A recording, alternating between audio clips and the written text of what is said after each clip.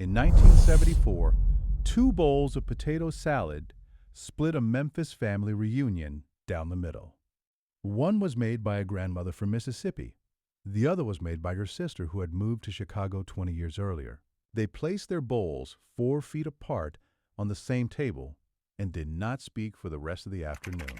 Their mother, 86 years old, sitting in a lawn chair at the end of the table, tasted both with the same fork, put it down, and said the problem is not the potato salad. The problem is, one of you left and the other one stayed. And now the food does not agree because the kitchens do not agree anymore. That argument was never about potato salad. It was about what happens to food when the family splits. When the kitchen moves north and the recipe stays south, what happens when two regions cook the same meat over different wood and argue for a century about who does it better? Why one tradition shaped by scarcity and another shaped by greater access can both be called comfort food, and what was quietly replaced in your grandmother's kitchen, one ingredient at a time, until the food stopped tasting right and nobody could explain why. This video is 100 of those arguments.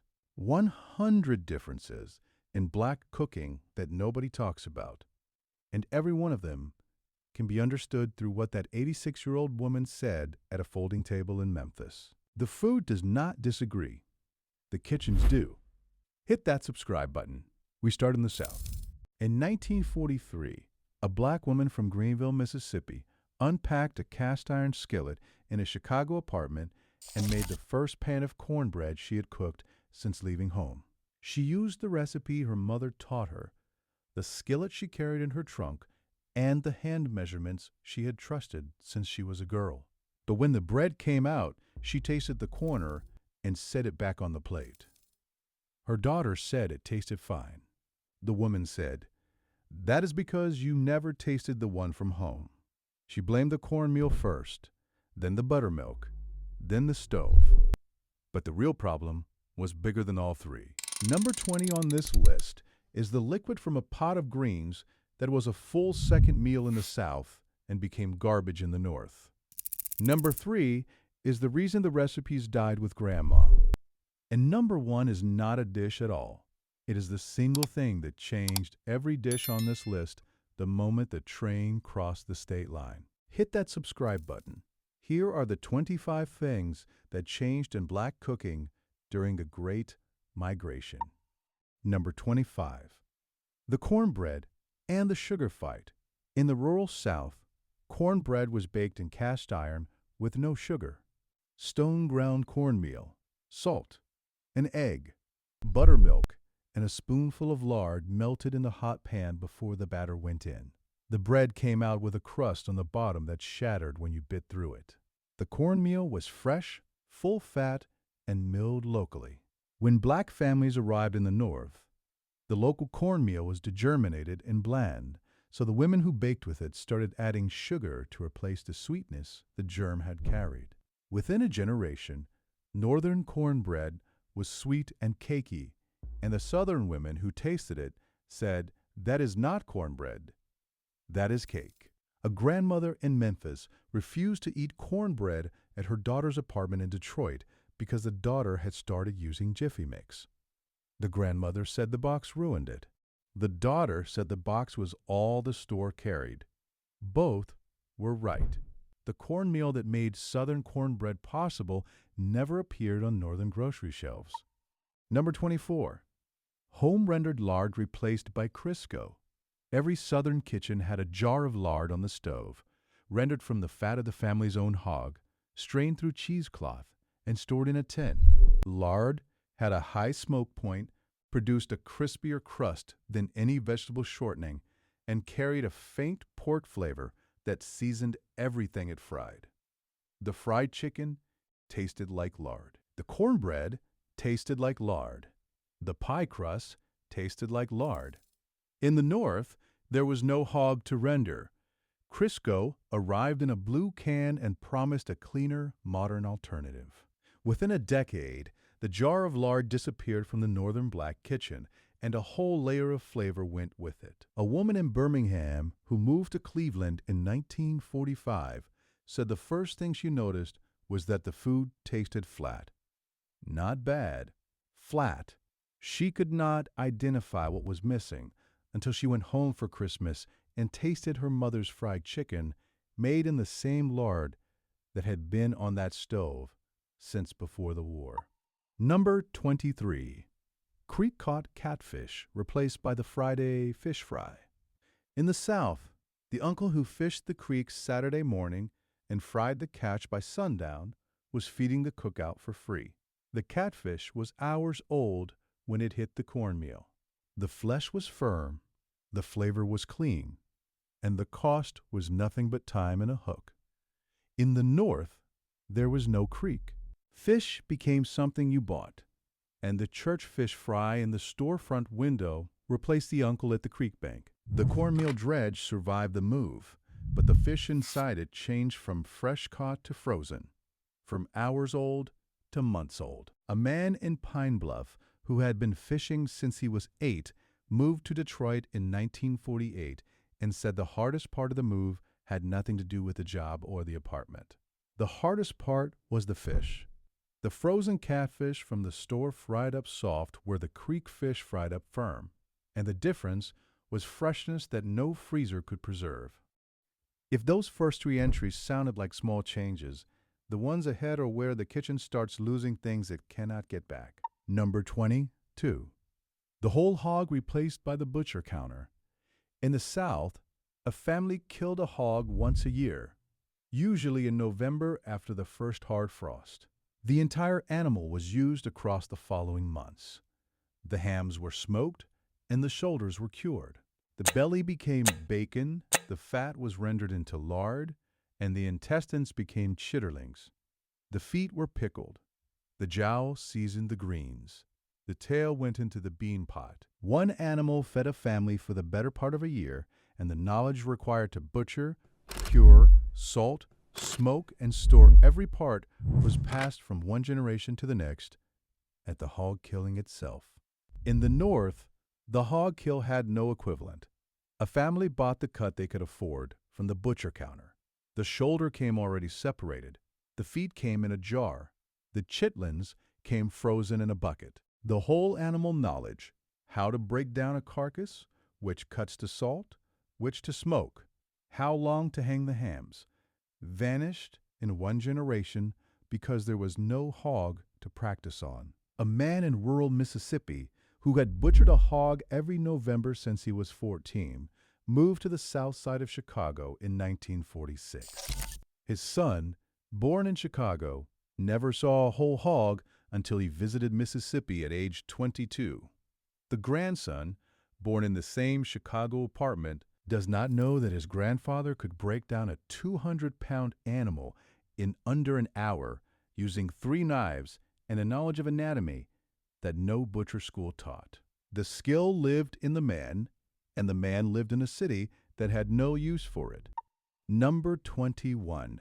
Stone-ground cornmeal replaced by degerminated meal. The local mill in the South ground the whole kernel, including the germ, which gave the meal its fat, its golden color, and a flavor that was almost sweet without adding sugar. The meal was ground to order and used within weeks, because the fat in the germ meant it went rancid if stored too long. Commercial degerminated cornmeal removes the germ entirely for shelf stability. The meal lasts months instead of weeks, but it arrives dead, stripped of its fat, its color, and its flavor. A woman in rural Georgia who moved to Harlem in 1950 said she tried 4 different brands of cornmeal from 4 different stores, and none of them smelled like the meal from the mill back home. The mill had been grinding for her family since before she was born. The factory in the Midwest had been grinding for the shelf. Before we continue, I want to show you something amazing. We put together a simple guide for the people who really care about these stories. Because whether we're talking about old school food, forgotten trade, one truth remains the same. History is disappearing. This is for anyone who believes these memories, these lessons, these ways of life are still worth keeping. You can find it in the link in the description below, or you can scan the QR code right here. Number 20. Churned buttermilk replaced by the store carton. Real buttermilk, the liquid left after churning butter, was thick, tangy, high in fat, and full of live cultures that reacted with baking soda to produce the rise in biscuits and cornbread. Clabber, the naturally soured raw milk that sat on the back porch, was even thicker. Store-bought buttermilk is cultured skim milk with a fraction of the fat and a thinner body. The fried chicken brine lost its richness because the buttermilk that drove it went from a backyard product to a factory product. The biscuits lost their tang. The cornbread lost half its rise. A grandmother in Selma brined her chicken in real buttermilk she churned herself. Her granddaughter in Philadelphia brines in store-bought buttermilk from a carton. The technique is identical. The liquid is not. The chicken tastes close but not the same. And the granddaughter cannot figure out why because she has never tasted the real thing. Number 14 on this list is the preservation skill that disappeared when the refrigerator arrived. But first, the next 3 entries are where the kitchen itself changes shape. Number 19. The wood stove replaced by the gas range. The wood stove held uneven heat, hotter near the firebox, cooler at the edges, and the women who cooked on it spent decades learning where to place each pot for the result they wanted. The greens sat on the cooler side for 3 hours. The cornbread went in the hot oven that had been heating since morning. The stove was always on because the fire was always burning, which meant the kitchen stayed warm and the simmer never stopped. The gas range was instant, even, and efficient. Turn a knob for heat, turn it off, and the heat vanishes. The all-day simmer that the wood stove had made natural became optional. The cornbread crust changed because the oven heated differently. The greens cooked faster because the heat was hotter and harder to hold low.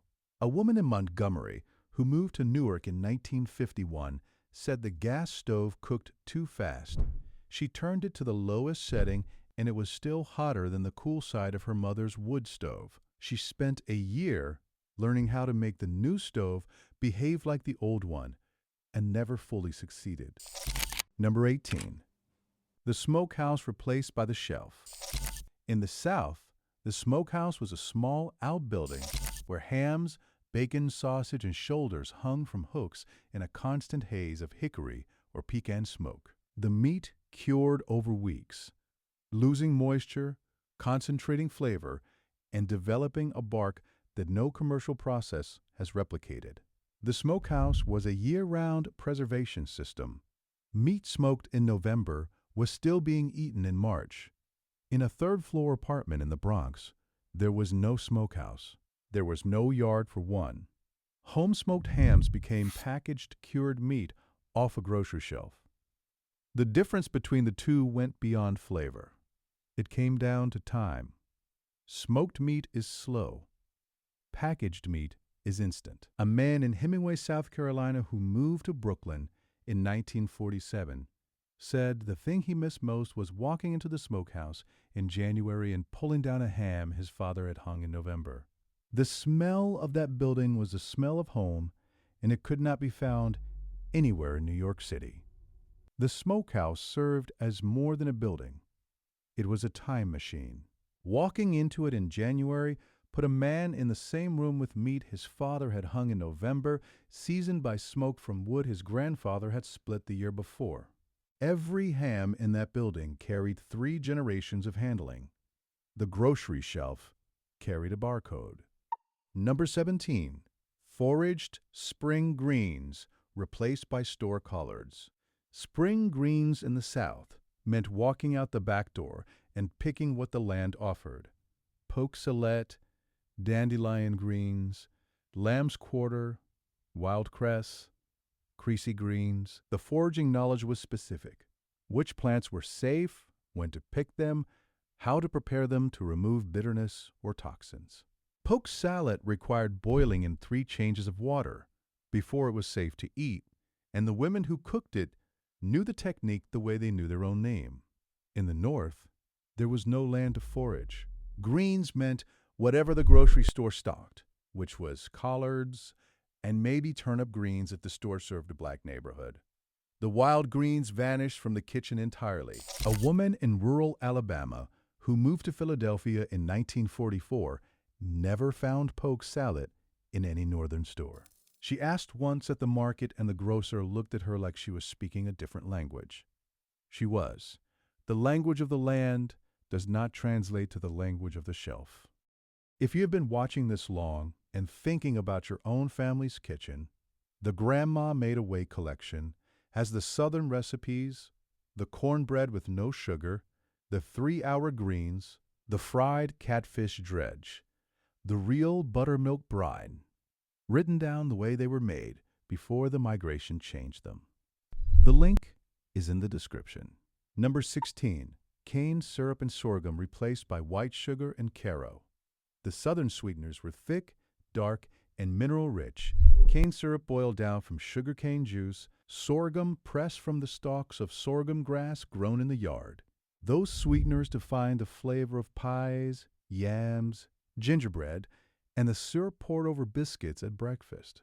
The North had refined white sugar and corn syrup. The taste of home shifted one ingredient at a time without anyone deciding it should. Sweet potato pie made with sorghum tastes different from sweet potato pie made with corn syrup. The difference is depth. Sorghum carries iron, potassium, and a bitterness at the edge that balances the sweet. Corn syrup carries nothing but sweet. A woman in Tuscaloosa who made her pies with sorghum her whole life moved to Chicago and could not find sorghum in any store within walking distance. She switched to caro.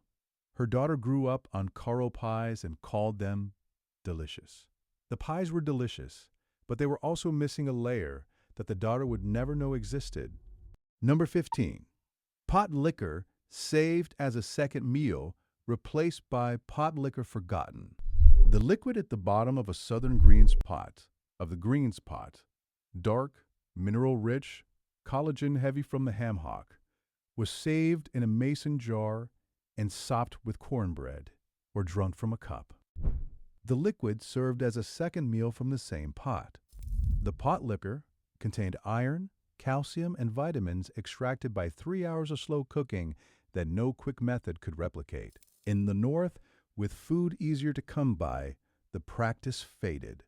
The pot liquor went down the drain. The word itself started disappearing from the vocabulary of black families who had been above the Mason-Dixon line for 2 generations. A granddaughter in Detroit pours the greens water down the sink after every pot because no one told her what was in it. The grandmother who saved it assumed the knowledge was too obvious to explain. The assumption proved wrong.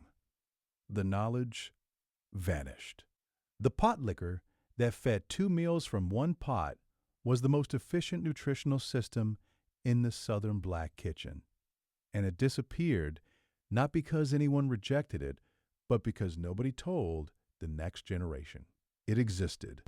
The knowledge was lost in the silence between a grandmother who assumed her granddaughter was watching and a granddaughter who was not in the kitchen when the lesson would have been taught. Number 14. Home canning and chow chow replaced by the refrigerator. Root cellars, mason jars, pressure canners, chow chow relish watermelon rind preserves, pickled peaches, put up tomatoes. These were not hobbies. They were a survival calendar built around the growing season. The summer harvest was processed and stored to feed the family through winter. The refrigerator and the year-round grocery store made canning optional. And within 1 generation, the knowledge, how to seal a jar, how to test for botulism, when to pick the green tomatoes for chow chow, was gone. A woman in rural North Carolina canned 200 jars every summer. Her granddaughter in Baltimore has never seen a mason jar used for anything other than decoration. The 12 chow chow jars that lined the grandmother's shelf like a calendar from October to June became a jar of store-bought relish that tastes like vinegar and sugar and nothing else. Number 13. Sweet potato pone replaced by the marshmallow casserole. Sweet potato pone was a dense, spiced bread made from homegrown sweet potatoes grated by hand, mixed with molasses, cinnamon, and nutmeg, and baked until the top set dark and the center stayed moist. It was a southern dish that required the specific sweetness of a potato pulled from the garden that morning. In the North, fresh sweet potatoes from a garden did not exist. Canned yams replaced them. Marshmallows replaced the pone crust. The dense, earthy bread became the sweet, sticky casserole that Thanksgiving now knows. A woman in Montgomery who made sweet potato pone every fall watched her daughter in Cleveland top canned yams with marshmallows and said nothing because the daughter was feeding her family the best way the Northern. Kitchen allowed. The entries ahead are where the kitchen stops losing ingredients and starts losing something harder to replace. Number 12. Garden seasoning replaced by the bouillon cube. The southern flavor base of every pot started in the yard. Green onions, garlic, fresh thyme, bay leaves pulled from the tree, hot peppers dried on the windowsill. In the North, the yard was a fire escape. The flavor base became bouillon cubes, seasoning salt, accent, and dried onion flakes. Faster, cheaper, and the beginning of the complaint that has echoed through 3 generations of northern black kitchens. It does not taste like grandma's. A woman in Macon who moved to the south side of Chicago replaced her garden with a box of Knorr bouillon. The food she made in Chicago was good. The food her mother made in Macon was transcendent. The difference had nothing to do with talent or effort. The garden made the difference, and the garden could not fit in the apartment.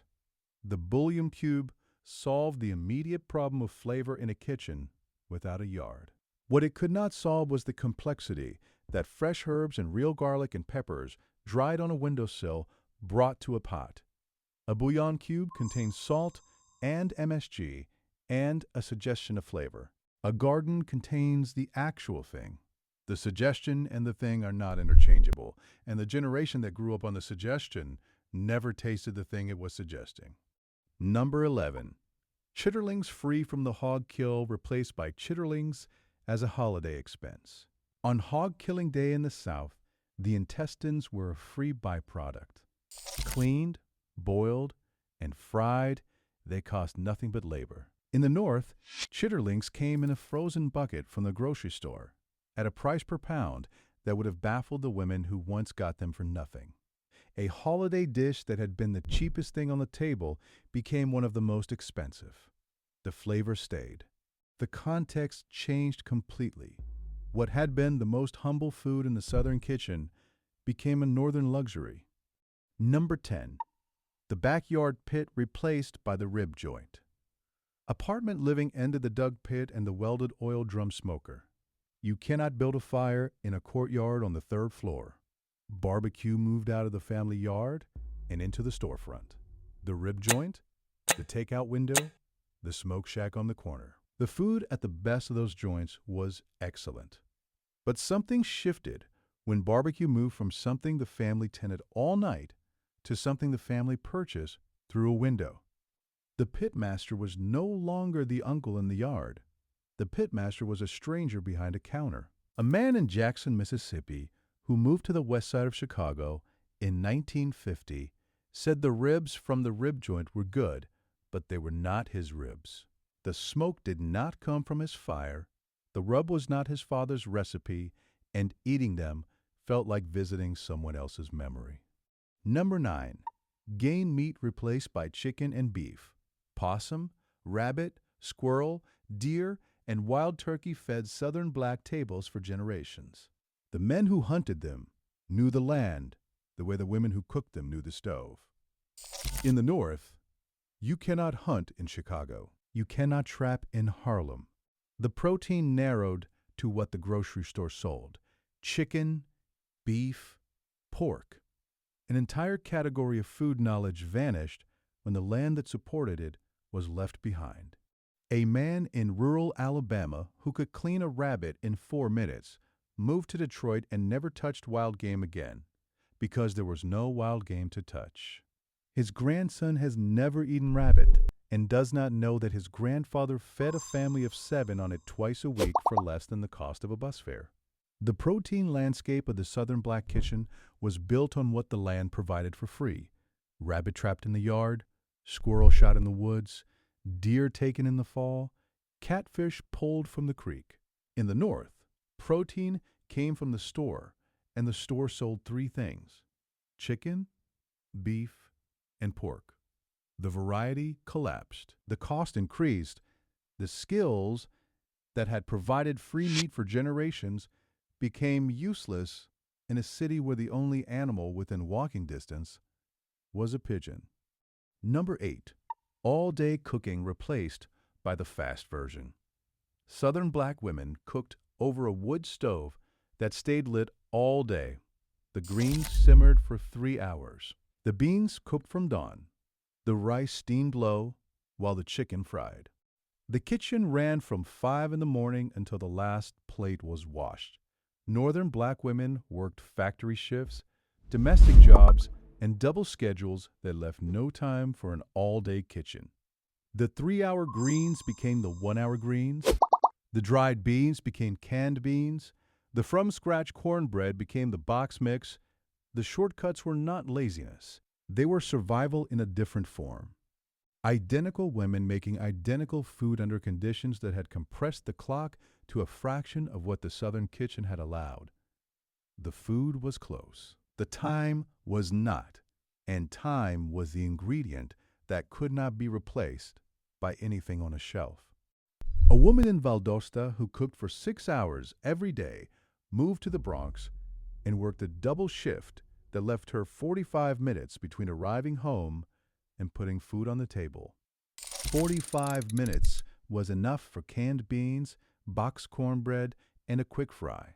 It left no room for 3-hour greens or from-scratch biscuits or the slow braise that turned to cheap-cut tender. The clock that the northern city imposed on the Black kitchen was the most destructive force in the history of the food, more damaging than any ingredient swap, because every dish on this list was built on the assumption that the woman cooking it had all day. She no longer did. Number 7. Pork as the center of every meal replaced by beef and chicken. In the South, pork was everything. The fatback seasoned the greens, the bacon started the morning, the ham hock built the broth, the shoulder smoked all night, the chops fried for Sunday dinner. In northern cities, pork began losing its place for multiple reasons: cost, access, health messaging, and in Detroit and Chicago specifically, the Nation of Islam's dietary teachings that removed pork from the kitchens of a significant portion of the Black community. Beef neck bones, chicken, and turkey stepped in. The everyday pork kitchen that had defined Southern Black cooking for 2 centuries was not eliminated, but it was reduced, and the generation that grew up in northern kitchens without daily pork developed a different palate than their southern grandparents. Number 6. One region's cooking replaced by the tenement melting pot. Southern food was regional food. A Carolina family cooked Carolina food. A Mississippi family cooked Mississippi food. A Louisiana family cooked Louisiana food. The flavor profiles were as specific as the accent. In the northern city, a Carolina family and a Mississippi family and a Georgia family were stacked in the same apartment building on the same block. Vinegar sauce people lived next door to dry rub people. The woman who made rice with every meal lived upstairs from the woman who made cornbread with every meal. Northern soul food is a blend the South never made, a mixture of every southern region combined in a single kitchen because the kitchen was in a building where every region lived. And if you want to bring any of these original southern recipes into your own kitchen before the last generation that remembers them is gone, the Grandma Made Away collection is in the description. The real cornbread, the real greens, the buttermilk brine, the scratch biscuits, the whole southern kitchen finally written down. Number 5.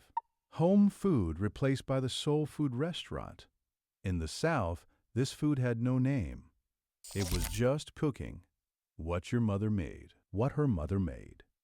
When black families arrived in Harlem, Bronzeville, and Watts, the food they had always made at home became commercial, served in restaurants, sold through windows, listed on menus. The term soul food was coined in the 1960s North, and the coining was the moment the food became an identity instead of just dinner. A woman in Savannah who moved to Harlem in 1949 walked past a restaurant on Lenox Avenue that was selling her mother's exact menu for prices that would have insulted her grandmother. She ate there once. The food was good. It was also strange. Paying money for food that had always been made by someone who loved you felt like something had shifted beneath the surface of the kitchen without anyone announcing it. The soul food restaurant preserved the food but changed the context. The plate that had always been handed to you by a woman who knew your name was now handed to you by a waitress who did not. The food tasted right. The transaction did not. A man in Greenville who ate at Sylvia's in Harlem for the first time said the collard greens were perfect, but eating them at a table with a bill on it felt like being charged for something that should have been free. The food was never free. The love that came with it was. The restaurant sold the food. The love stayed home. Number 4. Dinner on the grounds replaced by the church basement repast. In the rural South, the church homecoming was held under the trees, long tables covered in white cloth, every woman's best dish carried from home, the children running between the tables, the preacher eating last. The whole event existed outdoors, on land, under sky. In the northern city, the homecoming moved into the church basement. The women were the same, the love was the same, the food was identical. But the room was smaller, the trees were gone, the sky was a ceiling, and the tables that once stretched across a yard now fit between basement walls. The food survived the move. The setting did not. A woman in Augusta who moved to Newark said the basement repast fed the body the same way the dinner on the grounds had. What it could not feed was the feeling of eating outside under a tree you had known your whole life, with people whose grandparents had known your grandparents, and land that remembered you even when you had been gone. For 20 years. Number 3. The multi-generational kitchen replaced by the working apartment. This is the entry that explains every other entry on this list. Cooking in the South passed down in a house that held 3 generations. The granddaughter stood at the stove beside the grandmother and learned by watching. How much salt went in by the way the hand moved, how long the greens cooked by how the kitchen smelled. When the cornbread was done by the sound it made when tapped.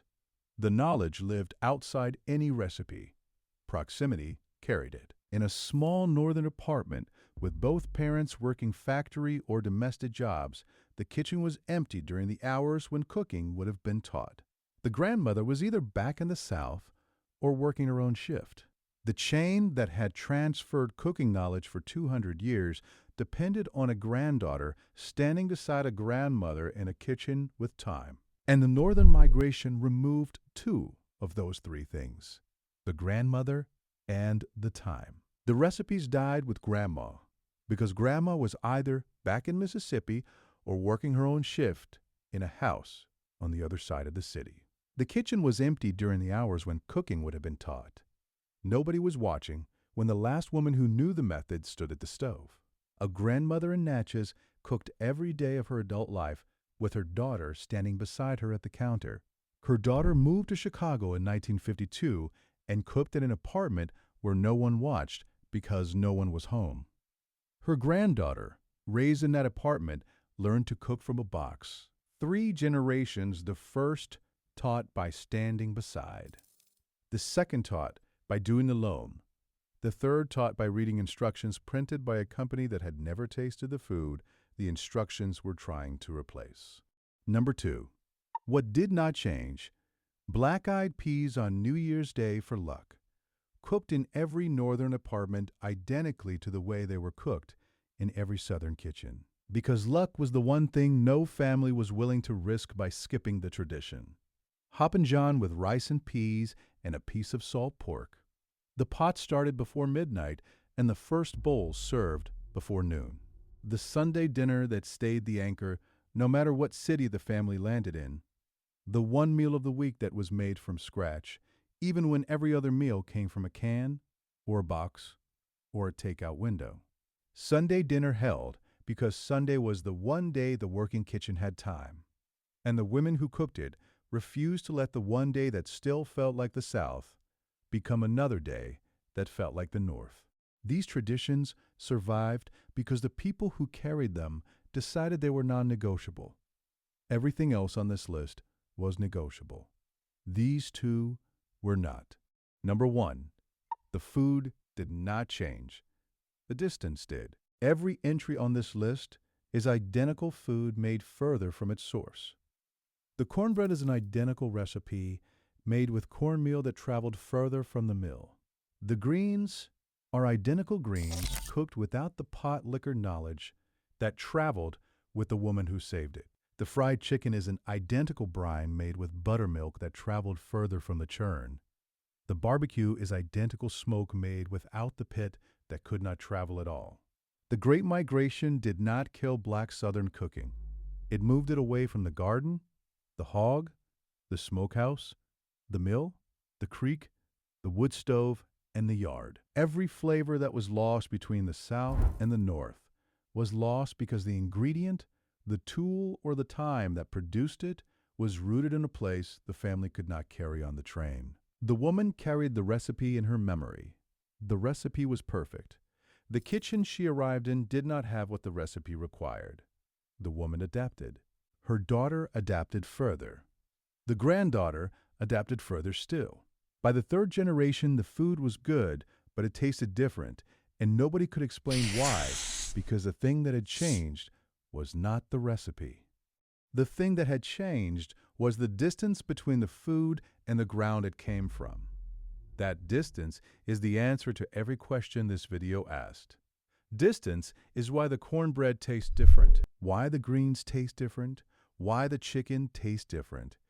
And it is the reason your grandmother said it does not taste like home, because home could not be packed into a trunk. Home was the garden, the creek, the smokehouse, the mill, the hog pen, and the wood stove. She carried everything she could, but she could not carry the land. The cast iron skillet made the trip. The lard lasted 2 months, and the cornmeal lasted 3 weeks. The garden, the creek, the smokehouse, the mill, the hog pen, the wood stove, and the yard stayed where they were. The food she made in the North was made from memory. The memory was perfect. The kitchen was not. The distance between the two is the taste that her granddaughter has been chasing ever since. Drop the dish your family lost in the Great Migration in the comments. Was it the cornbread with no sugar, the lard fried chicken, the 3-hour greens with the pot liquor saved in a jar, the game meat your grandfather hunted, or the canning your grandmother did every summer? Or was it something else? A dish that only existed in one kitchen in one town in the South that nobody in the family has made since the last person who knew it stopped cooking. Because this list is 25 entries long, but the real list is longer than any video could hold, and every family that made the move north lost something on the train that they have been trying to taste again ever since. The food survived, but the distance changed it. Now we go to the food that never left the South at all. The barbecue, the pit, the fire that burned all night, tended by a man whose reputation depended on the smoke. Both traditions have argued for a century about who does it better, and both traditions were built by the same black hands that nobody argues about. Here are the 25 differences between the Texas barbecue and Carolina barbecue. In 1957, a black pitmaster in Lockhart, Texas, loaded a firebox with post oak at 4 in the morning and began a brisket cook that would last 14 hours. That same morning, more than 1,000 miles northeast, a black pitmaster in Wilson, North Carolina, shoveled hardwood coals into a pit beneath a whole hog that had been cooking since midnight. Each man had learned from his father, each father from his grandfather, and each grandfather had learned at fires they were not free to leave. Texas runs beef because Texas raised cattle. Carolina runs pork because Carolina raised hogs. The debate between these two traditions has lasted longer than most marriages and produced more arguments than any other subject in American cooking. But the argument has always been about the meat, the sauce, and the smoke. Nobody argues about the hands. The hands that built both traditions were black hands. And the history of how those hands shaped two of the most celebrated food cultures in the world has never been told in full. Number 23 is the single ingredient choice that split these two traditions down the middle. Number 8 is the place where both began. And number 1 is not a technique at all. It is proof that the oldest rivalry in American barbecue was never a rivalry. It was one tradition built by one people, separated by geography, and reunited every time a pitmaster holds his hand over the grate and counts to 5. Hit that subscribe button. Here are the 25 differences between Texas barbecue and Carolina barbecue that trace back to the same black history nobody talks about. Number 25. The sauce. This is the difference that starts the fight. Central Texas barbecue often serves no sauce at all or a thin tomato-based mop applied during the cook. The philosophy is that the smoke does the work, and the meat should speak for itself. East Texas, by contrast, sauces generously and carries its own deep black barbecue tradition. Carolina barbecue is defined by its sauce. Eastern North Carolina runs a thin vinegar and red pepper sauce that cuts through pork fat. South Carolina runs a mustard-based sauce that coats the pulled meat in gold. Western North Carolina adds tomato to the vinegar base. Both sauce traditions were developed by black cooks using what was cheap and local. Vinegar cost pennies. South Carolina's mustard tradition likely drew from German settlers in the region, but black cooks perfected the application and made the sauce their own. Peppers grew in the yard. The Texas approach of no sauce was developed by black pitmasters at the meat markets, where the brisket was smoked so long that sauce would have masked the 12 hours of work the fire had already done. A pitmaster in Goldsboro, North Carolina, said the vinegar sauce is what makes the pork remember where it came from. A pitmaster in Taylor, Texas, said if your brisket needs sauce, your fire was wrong. Each man is right. Each learned the principle from one tradition. Number 24. The primary meat, Texas, is brisket. Carolina is whole hog or pork shoulder. The split is geography, not philosophy. Texas raised cattle on open rangeland, and the brisket was the toughest, cheapest cut from the steer. Carolina raised hogs in the lowlands, and the whole animal was smoked because wasting any part of the hog was a luxury enslaved families could not afford. Both meats require one fundamental technique: low heat over long hours to break down collagen into gelatin and render fat into flavor. A 12-hour brisket and a 12-hour whole hog are solving an identical problem with different animals. The pitmasters who developed both techniques were black men working with whatever the local economy produced, and the skill required to manage either cook through the night without a thermometer was identical. A pitmaster in Lockhart who had been smoking brisket for 30 years visited a whole hog pit in Iden and said the fire management was the same craft wearing different clothes. The hog man was reading his coals the way the brisket man read his firebox. Adjusting heat by instinct calibrated across decades of standing beside a fire that started before dawn and did not end until the sun was high enough to warm the yard without help. The animal on the grate was different. The man beside the fire could have traded places without missing a beat. Number 23. The wood.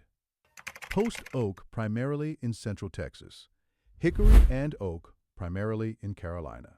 This is the wood preference that created two different smoke profiles from one fire management technique. Post oak grows across the Texas Hill Country and burns clean with a mild, slightly sweet smoke. Hickory grows dense across the Carolina Piedmont and burns hot with a heavier, sharper smoke. Each wood selection, was made by enslaved pitmasters who chose from what the land around them offered. A pitmaster in Elgin, Texas, could identify post oak by weight before splitting it. A pitmaster in Goldsboro, North Carolina, could identify seasoned hickory by the sound it made when two pieces were knocked together.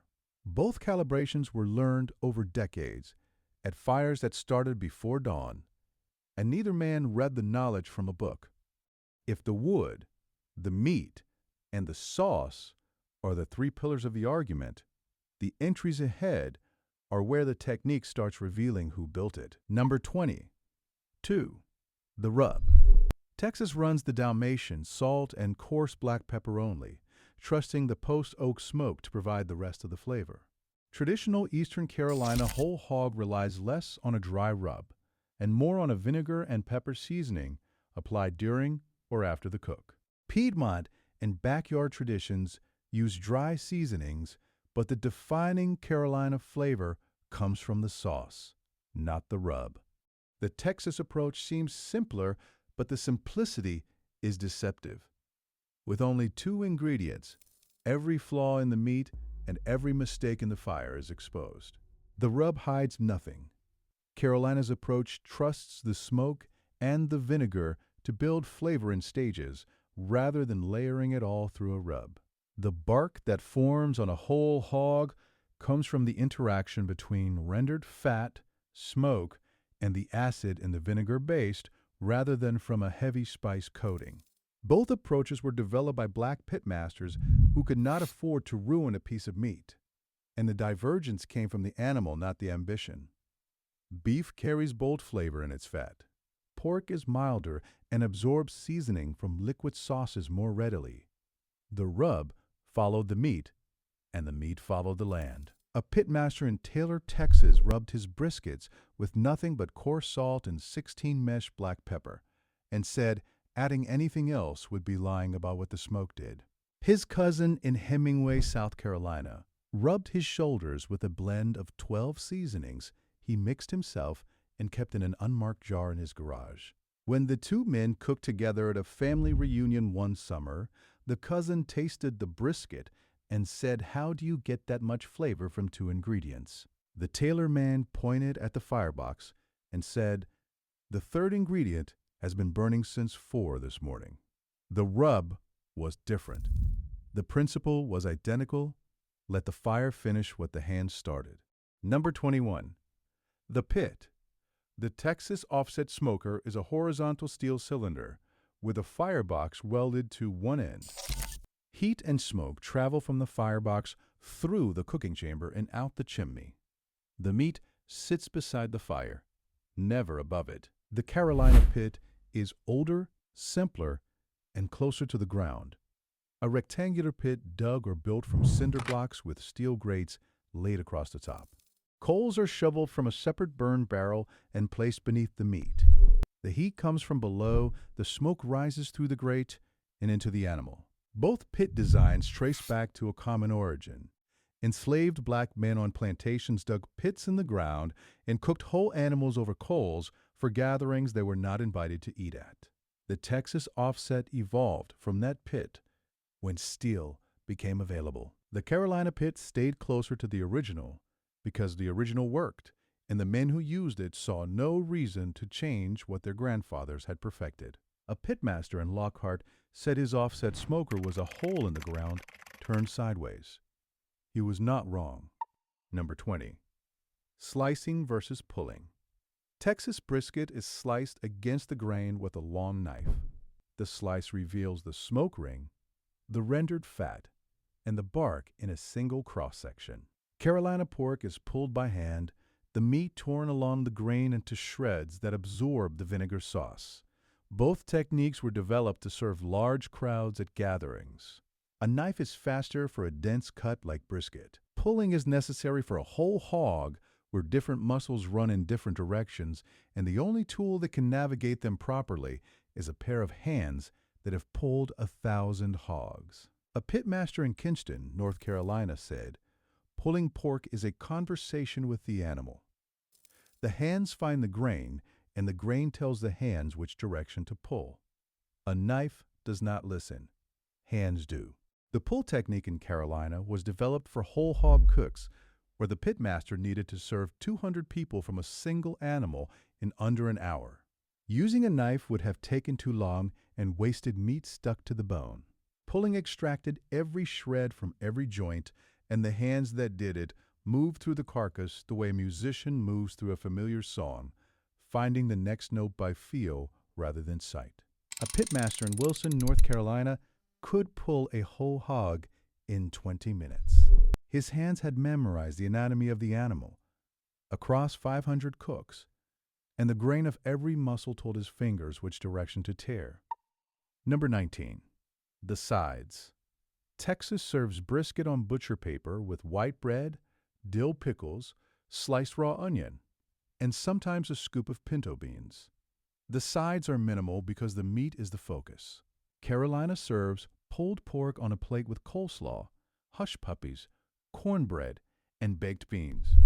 The sides are substantial because the pork is leaner than brisket and the plate needs balance. Both side traditions were shaped by what black families could afford. White bread was the cheapest bread in Texas. Cornmeal for hush puppies was the cheapest grain in Carolina. The pickles in Texas were garden pickles put up the previous summer. The slaw in Carolina was shredded cabbage dressed in vinegar because mayonnaise was expensive and vinegar was not. A woman in Wilson, North Carolina, made her coleslaw with the same vinegar she used for the barbecue sauce because one ingredient doing two jobs was how you fed 40 people without doubling the grocery bill. The sides at both tables were never afterthoughts. They were the structural support that turned a few pounds of meat into a meal for 30. The white bread in Texas absorbed the brisket fat and the pickle cut through the richness. The slaw in Carolina did the same job on pulled pork, the vinegar and the dressing mirroring the vinegar and the sauce, cleaning the palate between bites so the next forkful tasted as good as the first. A pitmaster in Elgin said the sides are the frame and the meat is the painting. Nobody hangs a painting without a frame. Number 16 is the technique both traditions share that takes all night and traces directly back to the plantation. Number 18. The cook time. A Texas brisket cooks for 12 to 16 hours at 225 degrees. A Carolina whole hog cooks for 12 to 24 hours depending on the size of the animal and the heat of the coals. Both traditions demand an overnight fire. Both traditions require a pitmaster who stays beside the fire through the dark, adjusting heat, managing fuel, and monitoring the meat by touch because the cook happens while the rest of the world sleeps. The overnight cook did not originate at competition circuits or restaurant chefs. The overnight cook was developed by enslaved black men who were told to have the meat ready by morning and left at the fire to figure out how. The technique was born from a command and perfected into a craft that no culinary school has improved upon in 200 years. A pitmaster in Llano, Texas, started his brisket at 6 in the evening and pulled it at 8 the following morning. 14 hours beside a firebox in the dark, adding post oak every 45 minutes, adjusting the damper by the sound of the draft, and checking the meat by pressing his thumb into the flat. If the thumb sank with no resistance, the collagen had melted and the brisket was done. If it pushed back, the brisket needed another hour. In Aden, a pitmaster used the same thumb test on the ham of a whole hog at 4 in the morning after 10 hours over coals. An identical test performed by an identical hand calibrated across decades of night work. The culinary schools teach temperature. The pit masters who built this craft taught feel. Number 17. The bark. The bark on a Texas brisket is a thick, black, peppery crust formed by the Dalmatian rub fusing with rendered fat and smoke over 12 hours. The bark on a Carolina whole hog is thinner, crisper, and often glazed with vinegar sauce during the final hours of the cook, creating a crackling surface that shatters when broken. Both barks are the signature of a completed cook, and both require the pitmaster to manage the fire precisely enough that the surface dries without burning while the interior stays moist. A pitmaster in Luling, Texas, judged his bark by pressing it with his thumb. If the bark cracked slightly, but did not crumble, the brisket was ready. A pitmaster in Ayden, North Carolina, judged his whole hog bark by the color at the edges, where the skin met the grate. Dark mahogany meant perfection, and black meant the fire had been pushed too hard. Every decision made during the cook writes itself onto the bark. A cracked surface, meaning the meat dried too fast. A soft surface, meaning the humidity was too high. And a bitter edge, meaning the fire ran dirty. The pitmaster who reads bark reads the entire history of the cook in a single glance, and the men who developed that reading skill in both Texas and Carolina did so across thousands of cooks tended, through thousands of nights without a single instrument beyond their hands and their eyes. Number 16. The overnight fire. Both traditions require a man to sit beside a fire from sundown to sunrise. The Texas pitmaster manages an offset firebox, adding splits of post oak every 45 minutes, adjusting the damper to control airflow, and monitoring the temperature by the color of the smoke. Thin and blue means the fire is clean. White and billowing means the wood is too green, or the airflow is choked. The Carolina pitmaster manages a coal bed, shoveling fresh coals from a burn barrel every 30 to 60 minutes, spreading them beneath the animal to maintain even heat across a cooking surface that can span 8 feet. Both men are solving one problem with different tools. Both men learned the solution from fathers who learned from grandfathers who tended plantation fires, through nights when the cook could not be skipped, and the consequences of failure were not a bad review. They were something far worse. If these techniques sound like they come from one source, that is because they do. And the entries ahead are where that source becomes impossible to ignore. Number 15. The mop and the baste. Texas pitmasters mop with a thin liquid of vinegar, water, black pepper, and salt, applied with a cotton rag tied to a stick every 30 to 45 minutes during the middle hours of the cook. Carolina pitmasters baste with a vinegar and pepper sauce, applied directly to the hog with a brush, or poured from a jug. Both techniques serve an identical purpose, delivering moisture and acid to the surface of the meat to prevent the bark from drying and cracking during the long cook. The mop on a stick was a practical invention by enslaved pitmasters working over pits too hot to stand beside. The stick was long enough to reach across the grate from a safe distance, and the rag held enough liquid to coat the surface in one pass. The restaurant version of this technique uses a spray bottle. The spray bottle is more precise. The rag on a stick has 200 years of practice built into its swing. A pitmaster in Gonzales, Texas, mopped with a rag on a mesquite stick his father had carved decades earlier, the handle darkened by 30 years of hands. In Goldsboro, North Carolina, a pitmaster basted his hog with a long-handled brush, leaning over the pit with his face turned from the heat, painting vinegar onto the skin in strokes so practiced the liquid covered the animal evenly without a single dry spot. Different animals, different tools, one purpose, keeping the surface moist during a cook that lasted longer than most people sleep. Number 14. The smoke ring. The pink band just beneath the surface of smoked meat that indicates a long, low, clean cook. Both traditions value the smoke ring as evidence of the pitmaster's fire management. A deep ring means the fire was clean and the temperature was low enough that the nitrogen dioxide in the smoke had time to penetrate the surface and bond with the myoglobin in the meat. A shallow or absent ring means the fire was too hot or too dirty. The smoke ring does not add flavor. It is a record. It is the fire writing its autobiography on the meat, and the pitmasters who read it can tell from the depth and the color how the fire behaved during every hour of the cook. A pitmaster in Llano, Texas, cut into his brisket and read the smoke ring the way a geologist reads a rock formation, each layer telling a story about the hours that produced it. Number 13. The whole hog. This is Carolina's deepest contribution to American barbecue and one of the oldest continuous cooking traditions on the continent.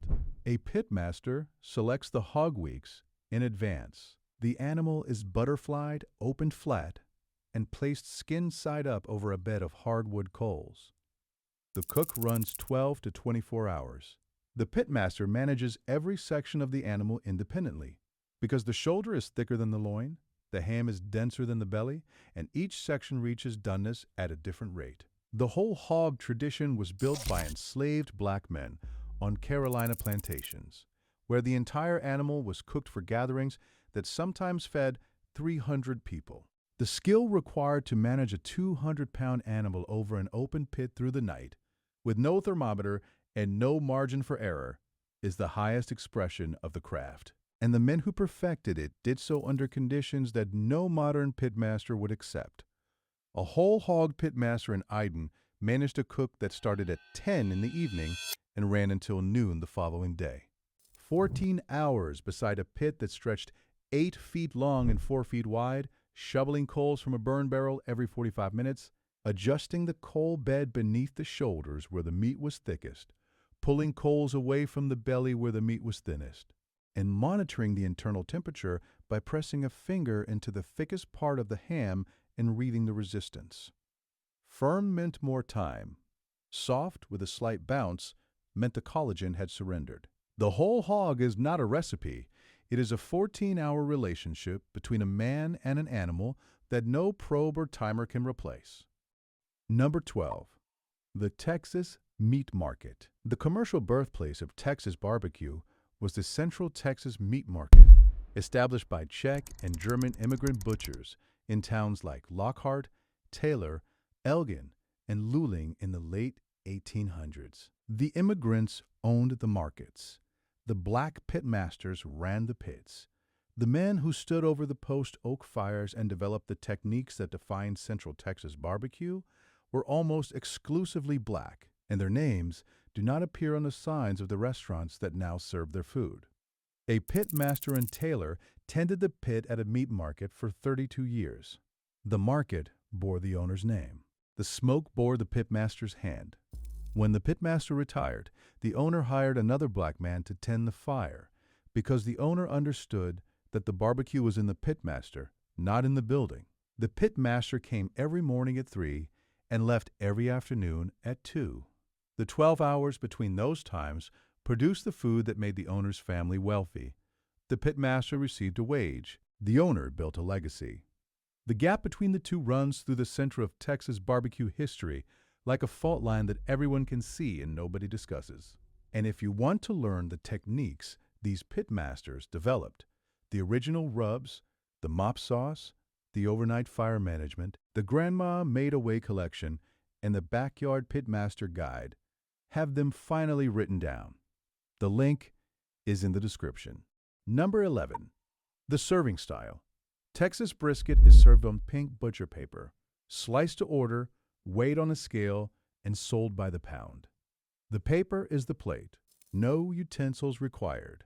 Carolina barbecue is served on a plate or in a sandwich, the pulled pork piled onto a bun with slaw on top.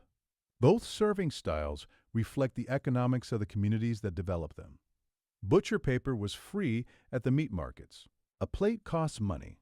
The Texas tradition of eating with your hands off a sheet of paper had nothing to do with rustic charm. It was a pitmaster serving working men who had 30 minutes for lunch and no time for a table setting. The Carolina sandwich was a portable meal developed for tobacco workers and mill hands who ate at their stations.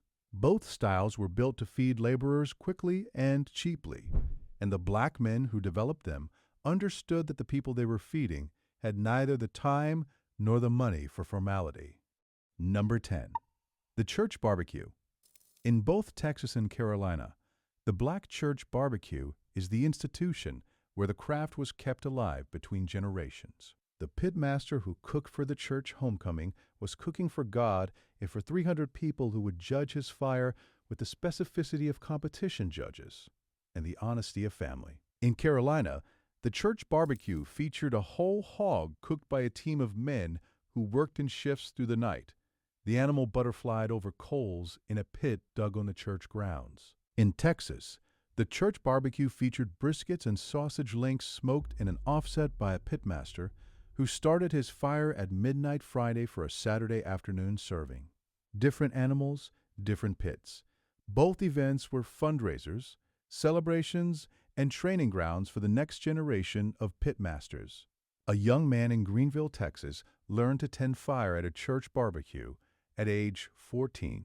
A young man in Hemingway, South Carolina, learned identical skill at an identical age at a church barbecue 600 miles away.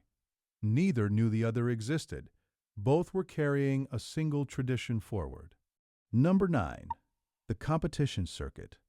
The modern barbecue competition circuit awards trophies, prize money, and television appearances to pitmasters who demonstrate excellence in smoke, flavor, and presentation. A Texas competitor wraps brisket in butcher paper. A Carolina competitor shovels coals beneath the whole hog. Both are judged on tenderness, smoke flavor, and bark. The techniques that win in both categories, the overnight fire, the mop, the bark management, the rest. Every one of them was developed by black pitmasters who never competed because the competitions did not exist during the century when the techniques were built. The competition circuit is a celebration of craft that was developed under conditions of forced labor and perfected under conditions of economic necessity. The trophies go to the men and women who practice the craft today. The credit for inventing the craft has never been formally issued. A competition pitmaster in Kansas City who wins a grand championship trophy uses a technique chain that traces back through 5 generations to a man who tended a plantation fire in the 1850s. The trophy has the competitor's name engraved on it. The man in the 1850s had no last name that any record preserved. The distance between the trophy and the plantation fire is 5 generations and 0 acknowledgement. The techniques won the prize. The history that built the techniques received no invitation to the ceremony.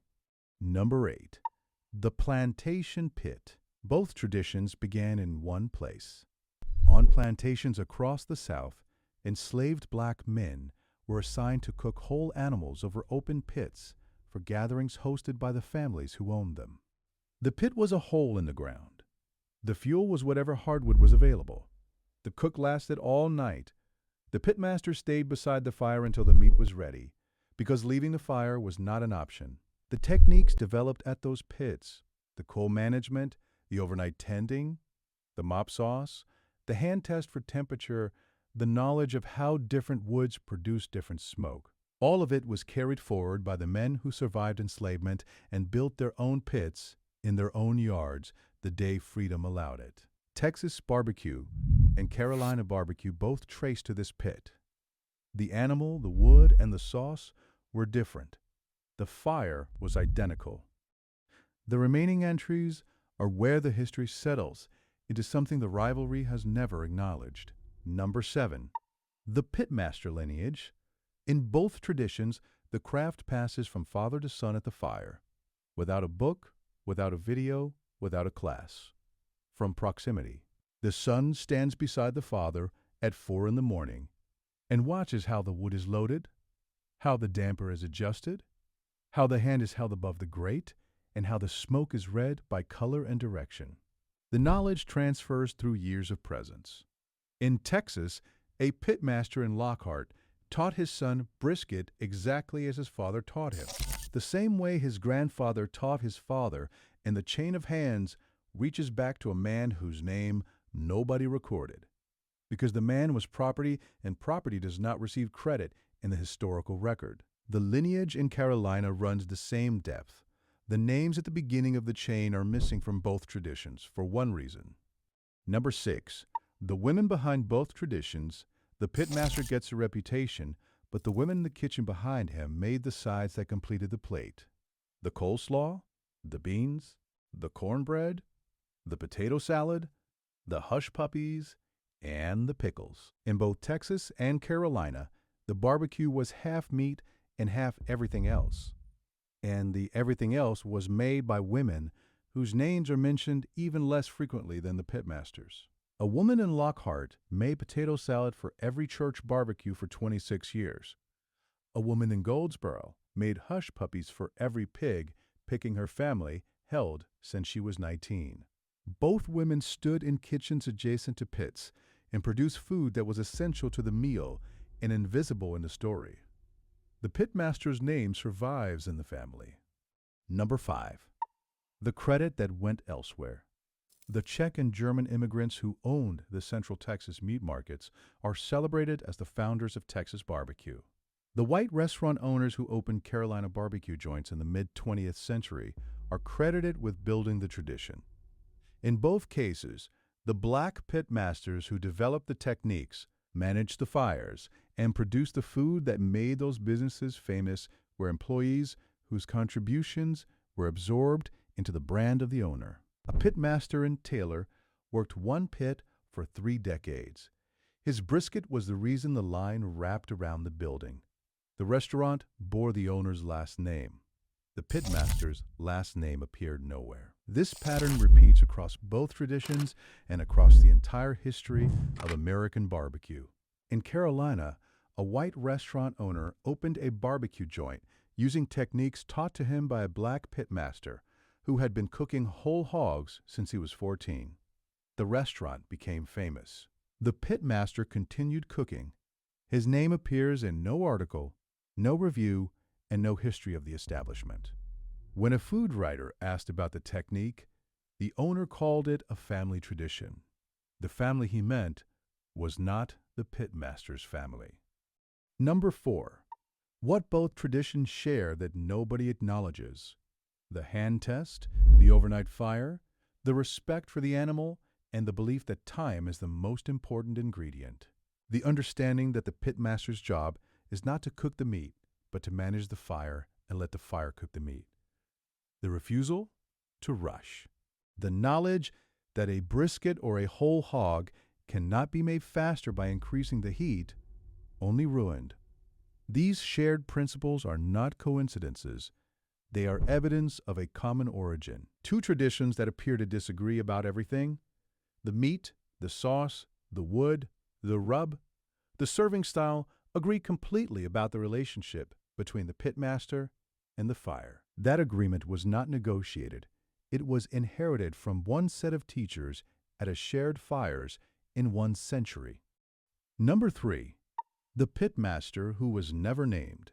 Somewhere in the historical record of American barbecue, there is a gap where a name should be. The man who first held his hand over a pit and counted to 5, whether that pit held a Texas brisket or a Carolina hog. The man who first mopped a whole hog with vinegar and pepper. The man who first selected post oak over mesquite because the smoke was cleaner. The man who first wrapped meat in cloth and rested it in a dry space to let the juices redistribute. These innovations are attributed to traditions and regions. They are never attributed to individuals because the individuals who made them were not permitted to own their innovations. The techniques survived because they were too good to abandon. The names did not survive because the people who benefited from the techniques had no reason to record who invented them. A food historian tracing the Central Texas salt and pepper rub found recipes in meat market ledgers from the 1880s. Number 2. The rivalry is a family argument. Texas barbecue and Carolina barbecue have spent a century arguing about who does it better, and the argument has produced some of the finest food in the history of cooking. But the argument has always treated these 2 traditions as opponents. They are not opponents. They are siblings, born in a shared pit, raised by identical hands, fed by the same necessity, and separated by the only thing that was different between the 2, the animal that the local economy produced. The brisket followed the cattle west, and the hog stayed east with the hog farms. Every other element of the craft, the fire management, the overnight cook, the hand test, the mop, the bark, the rest is shared. The rivalry is real, and the food it produces is extraordinary on both sides. A brisket from Lockhart and a pulled pork plate from Lexington are two of the finest things the American kitchen has ever produced. The argument about which is better has generated more passion, more loyalty, and more regional pride than any other food debate in the country.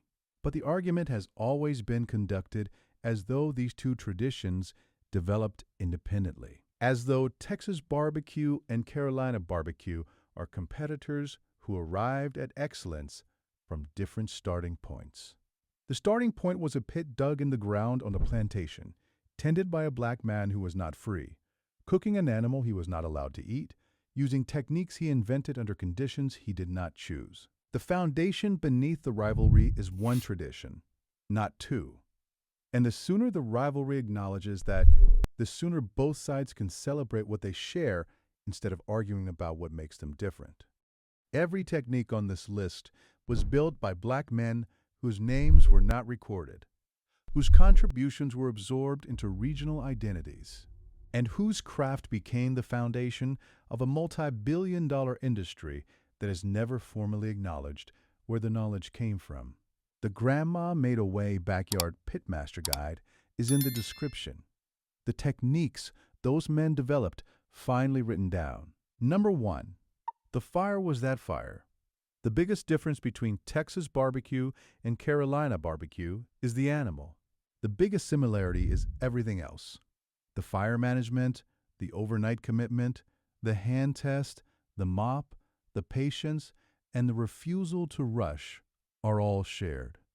The pride in the bark, the smoke ring, the pull of the bone, the color of the smoke, all of it is the same because all of it was taught by one people at shared fires under identical conditions in a shared century.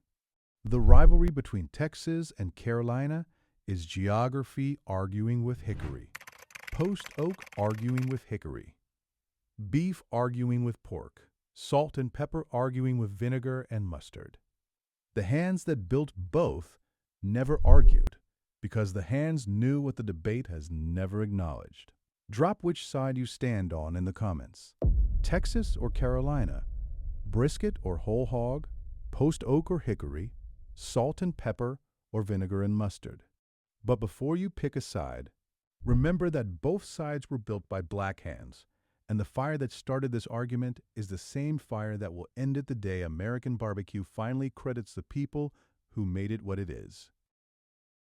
That was the fire. 2 regions, 2 animals, 2 sources, and 1 set of hands that built both. Now we move from the pit to the kitchen, from the barbecue to the table. In 1963, a black grandmother in Macon, Georgia, fed her entire family Sunday dinner for $11. Fried chicken brined overnight in buttermilk and cayenne, baked mac and cheese with 3 cheeses and an egg custard, collard greens simmered 3 hours with a smoked ham hock, and a pound cake she had baked before the sun came up. That same Sunday, a white grandmother in Columbus, Ohio, fed her family for $22. A roasted chicken seasoned that morning, a noodle casserole, green beans with cream sauce, and an apple pie she had baked from scratch the night before. The woman who spent less made the meal that her grandchildren still describe dish by dish 60 years later. Not because she was a better cook, because she had less, and when you have less, the food has to do more. Soul food was built to carry survival, identity, community, and memory on a plate that also had to carry dinner because the woman making it could not afford a plate that only carried one thing. Number 6 is the food that carried a yearly promise no comfort food dish has ever matched. Hit that subscribe button. Here are 25 differences between black soul food and white comfort food that nobody talks about. Number 25, neck bones versus chicken noodle soup. Neck bones at a black table were braised for 3 hours until the meat fell into a thick gravy served over rice with greens on the side. A woman in Augusta cooked neck bones every Wednesday because the cut cost almost nothing and the gravy alone could stretch across 2 plates of rice. Chicken noodle soup at a white table ranged from a can of Campbell's on a sick day to a genuine from-scratch pot by a grandmother in Iowa who boiled a whole bird for 3 hours, pulled the meat, and rolled her own egg noodles. Both stretched a small amount of protein into a full meal. The neck bones required the cook to extract a complete dinner from a cut the butcher barely valued. Scarcity taught the soul food kitchen to see a meal where the grocery store saw waste. The neck bone gravy was thick enough to stand on its own over rice. On the nights when the meat was gone, the gravy kept feeding the family for another day because the woman who made it had cooked every ounce of flavor out of a bone that cost less than a loaf of bread. Number 24. Salmon croquettes versus tuna casserole. Salmon croquettes at a black table were made from a can of salmon, egg, onion, and cornmeal or crushed crackers, shaped by hand and fried until the outside crackled and the center held together on a fork. A woman in Baton Rouge made them every Saturday morning, and the kitchen smelled like her mother's kitchen because the recipe had not changed in 40 years. Tuna casserole at a white table was canned tuna, egg noodles, and cream sauce with a crisp topping assembled for a dependable weeknight dinner. A grandmother in Ohio made it every Monday because Monday was casserole night. Both turned one inexpensive can into a family meal. The salmon croquette became a recognizable black breakfast and supper food whose recipe changed from one grandmother's skillet to the next because nobody measured and nobody wrote it down. Number 23. Oxtails versus pot roast. Oxtails at a black table were braised until the meat fell from the bone and the gravy ran thick over white rice. A woman in Atlanta cooked them every other Sunday, and the gravy alone could have carried a second meal. Pot roast at a white table was chuck braised with carrots and potatoes in a Dutch oven, and a grandmother in Indianapolis made it every Sunday with a recipe her mother had passed to her. Both transformed cheap beef through patience. The oxtails were the cheapest thing at the butcher counter because nobody else wanted them. Chuck roast was affordable but never dismissed. Scarcity forced the soul food kitchen to take what was left over and make it extraordinary. The pot roast kitchen chose its cut. The oxtail kitchen was handed one. If those 3 entries sounded like 2 different kitchens working from 2 different budgets, the ones ahead are where the distance gets personal. Number 22. Smothered pork chops versus meatloaf. Smothered pork chops at a black table were seared in cast iron until a brown crust formed on both sides, then buried under onion gravy and simmered until the meat softened enough to cut with the side of a fork. The flour and onions caught every browned piece left behind by the pork, and by the time the gravy was finished, the part of the meal that cost almost nothing had become the part everybody spooned twice over white rice. 1 chop could flavor 2 full plates because the gravy carried the meat long after the meat itself was gone. Meatloaf at a white table mixed ground beef with breadcrumbs, egg, onion, and a glaze the family swore was unique to their kitchen. A grandmother in Cincinnati made meatloaf every Thursday, and her grandchildren fought over the caramelized end pieces where the glaze had darkened against the pan. Both kitchens stretched meat without making the family feel like anything was missing. The breadcrumbs extended the beef from inside. The gravy extended the pork across the entire plate. Scarcity used what the skillet left behind, while abundance added to what was already there. The result in both kitchens was a weeknight meal that grandchildren remembered decades later. Number 21. Collard greens versus green bean casserole. Collard greens at a black table cooked for 3 hours with a smoked ham hock. The pot liquor was saved in a mason jar and sopped with cornbread the next morning because wasting it would have meant wasting a second meal. Green bean casserole at a white table was invented by the Campbell Soup Company in 1955. The grandmother who made hers with fresh beans, homemade cream sauce, and real fried shallots would have been insulted by the suggestion her dish came from a can. Scarcity built a dish that extracted everything from the ingredient, including the water it cooked in. Abundance could afford to pour the cooking liquid down the drain. Number 20. Chitterlings versus nothing. This entry has no equivalent. At a black table, they were cleaned for 6 to 8 hours, boiled or fried, and served at Christmas. No comfort food dish requires comparable labor or divides a family as sharply between those who eat them and those who refuse. The ingredient was free from the hog kill. Scarcity built an entire holiday tradition around something that abundance would have discarded. The woman who cleaned them for half a day considered the labor an act of love for the family waiting at the table. The smell divided households, and the taste divided generations. The willingness to stand at the sink for 6 hours divided the women who carried the tradition from those who let it go. No comfort food dish has ever asked that much of the person making it. Number 19. Fried catfish versus the Friday fish tradition. Fried catfish at a black table was cornmeal dredged and fried at a church fish fry or a Friday night kitchen. A woman in Valdosta stood at the fryer for 3 hours, handing plates through a window. The White Friday fish tradition ranged from fish sticks to a genuine beer-battered fish fry by a grandmother in Milwaukee who made fresh cod every Friday during Lent. The catfish funded a congregation because the fish fry paid for the new roof. The Friday fish tradition fed a household. One built an institution from a single fryer. The other kept a family custom alive from a single pan. Number 18. Mac and cheese. Baked in a glass pan at a black table with egg custard, sharp cheddar, butter, and a crust that held together on a paper plate. Made from the blue Kraft box at a white table on a Tuesday night, or at its best, baked with breadcrumbs by a grandmother in Wisconsin who carried the recipe on a card from 1946.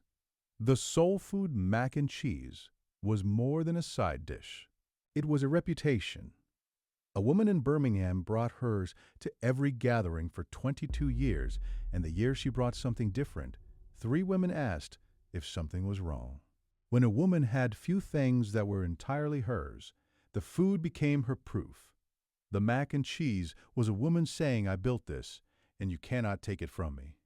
Number 16 is where both traditions take the same cheap grain and use it for completely different purposes. Number 17. The dessert table versus the single dessert. 5 or 6 desserts at a black gathering made by 5 or 6 women, each one tracking whose dish emptied first. Banana pudding, peach cobbler, pound cake, sweet potato pie, and a sock-it-to-me cake that somebody's aunt drove 45 minutes to deliver. One offering at a white gathering, a pie, a cake, or a plate of brownies.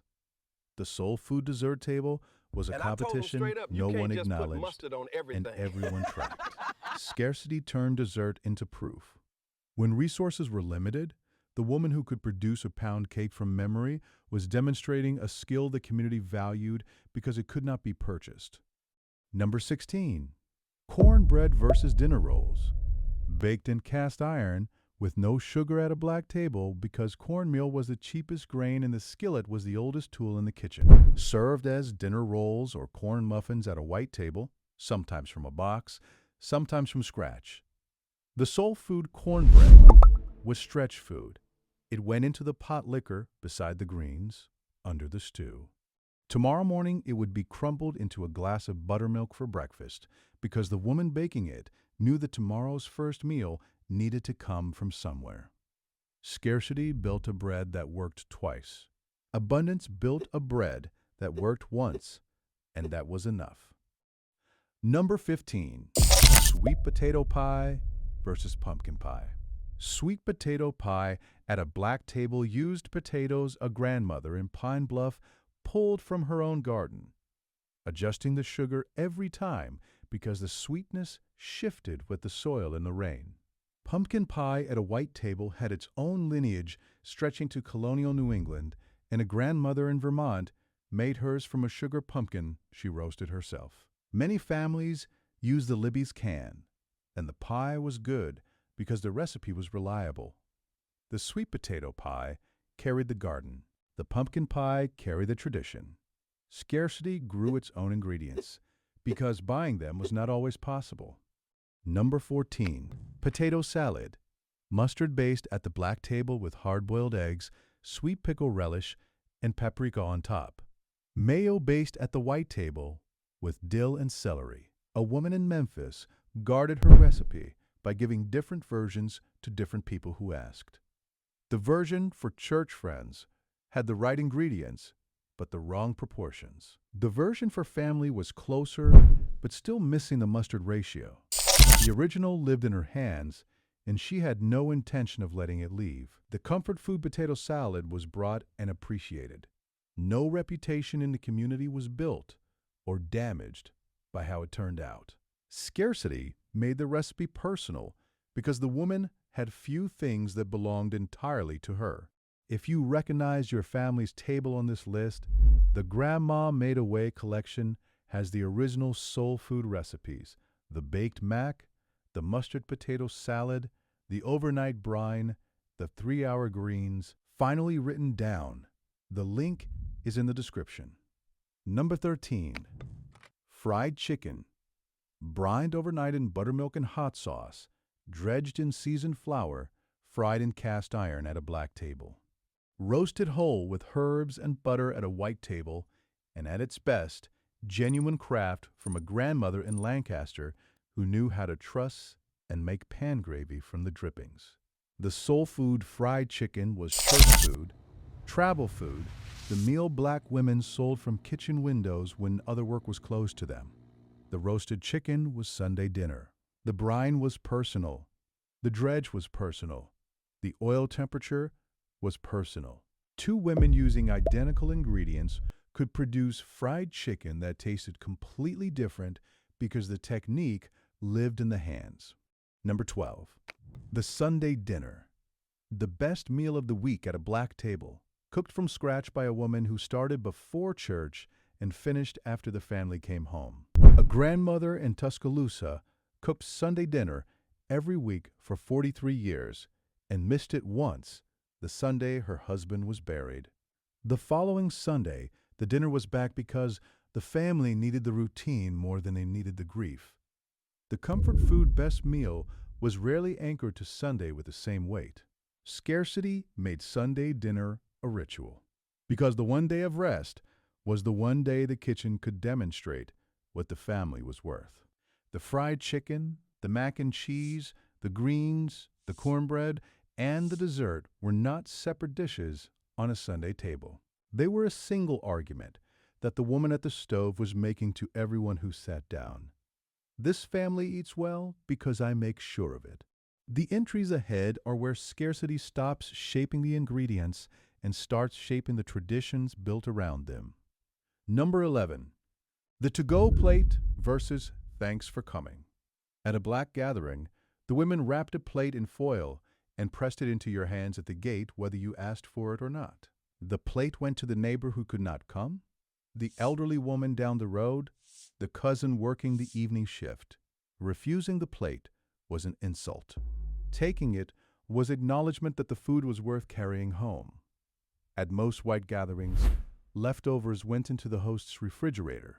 The to-go plate was the soul food kitchen's clearest expression of what scarcity built into the culture. When you have little, you share what you make because the people around you have just as little. The plate went home, not as generosity, but as obligation, and the woman who made more food than the table could eat did so because the table was never the only mouth she intended to feed.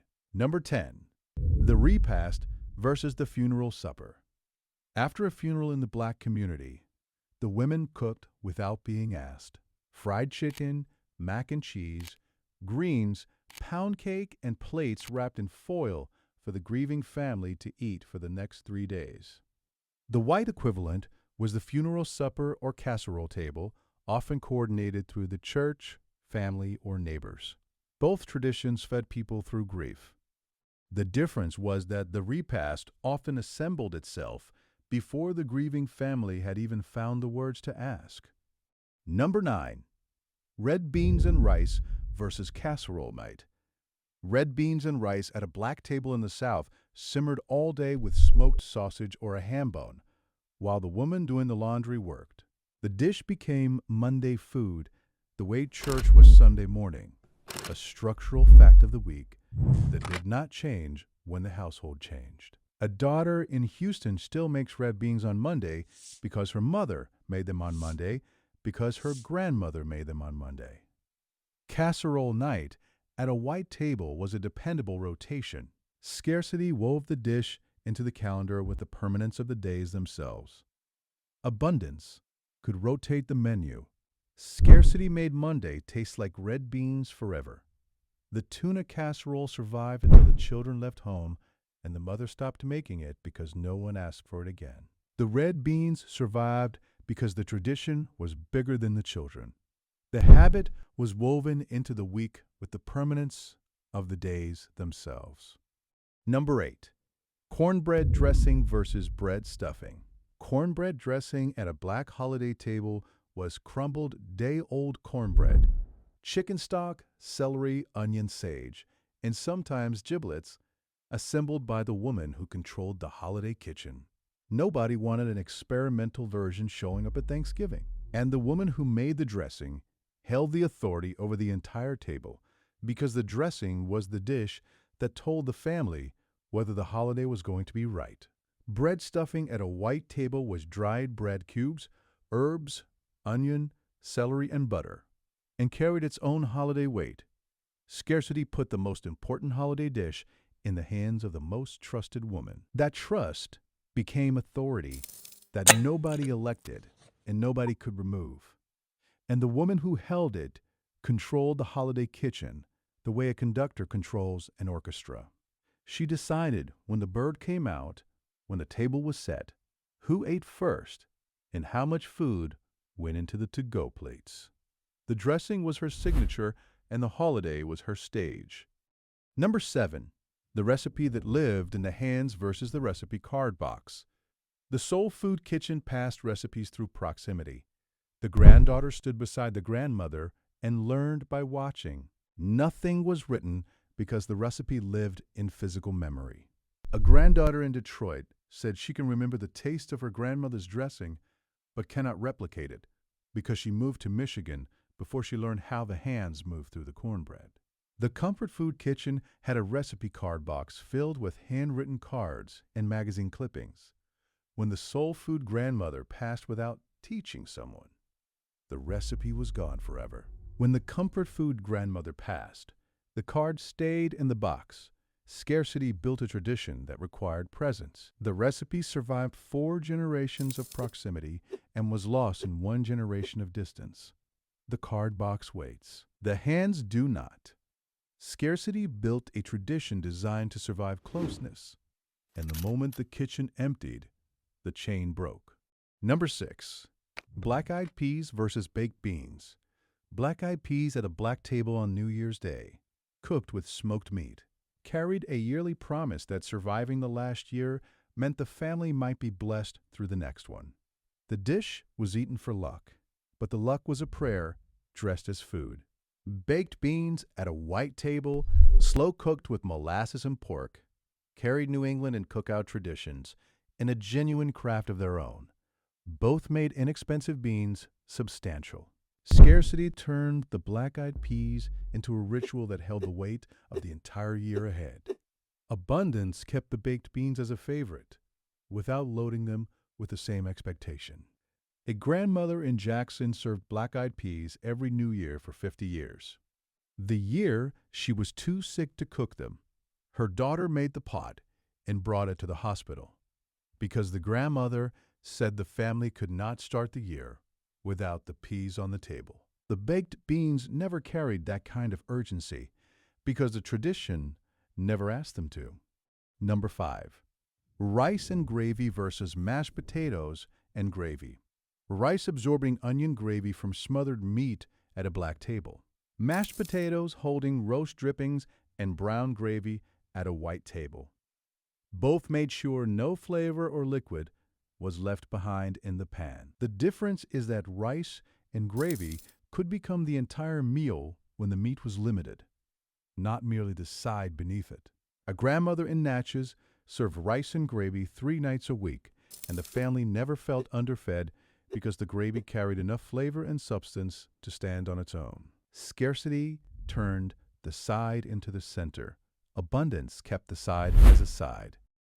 Number 4. The seasoning.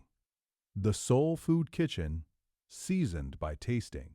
A pinch of cayenne was what the thumb and forefinger grabbed when the greens needed waking up, and the size of that pinch had been consistent since the 1940s. A white grandmother in Minnesota measured from her mother's handwriting on a recipe card from 1938, adjusting the salt by a quarter teaspoon. One woman trusted her mouth, the other trusted her mother's handwriting. Scarcity taught by proximity because written recipes required materials, time, and a literacy that generations of Black women were denied. The recipe survived anyway because the hands remembered what the paper never recorded. And if you want to carry any of these recipes forward before the kitchen goes quiet, the Grandma Made a Way collection is in the description. Number 3. What scarcity built? Scarcity described what entered the kitchen, not what came out of it. By the time the family sat down, the table looked abundant because the woman cooking had made it so. But the kitchen that produced that table wasted nothing. The pot liquor was saved, the bacon grease was stored on the shelf, the ham hocks flavored 3 different pots across the week, the bones went into broth, and the stale cornbread went into the dressing. The cheap cuts became the signature dishes. The food that cost the least became the food that meant the most. And the woman who turned $11 into a Sunday dinner for 12 people was performing an act of engineering that no cookbook has ever fully documented. Number 2. What both kitchens share. A woman standing at the stove, tasting from the spoon, adjusting the seasoning, and building something her family will remember long after the plate is cleared. That woman exists in both traditions. A white grandmother in Lancaster who roasted a chicken every Sunday for 40 years with herbs from her garden. A Black grandmother in Valdosta who fried chicken every Sunday for 40 years with a brine she never wrote down. Both deserve recognition. Abundance did not mean every white family was wealthy. It meant the kitchen was more likely to have access to the grocery store, the written recipe, and the confidence that next week's ingredients would still be available. The differences on this list are real. The woman at the stove is real in both kitchens. Number 1. The weight on the plate. The biggest difference between Black soul food and white comfort food is not the recipe, the seasoning, or the ingredient list. The biggest difference is what the plate was asked to carry. A plate of comfort food carries a meal. A plate of soul food carries a meal and the memory of every hand that shaped the recipe across 200 years of making more from less. The collard greens remember the woman who washed them. The fried chicken remembers the woman who sold it from her window to feed her children. The mac and cheese remembers the woman whose reputation depended on the crust. The cornbread remembers the woman who baked it because cornmeal was the only grain she could afford. Comfort food carries dinner. Soul food carries dinner, and the proof that a woman who was given less than she deserved still fed her family better than anyone thought possible. That is not resentment. That is memory. And the memory is what makes the food taste the way it does. Drop the dish your family carried in the comments.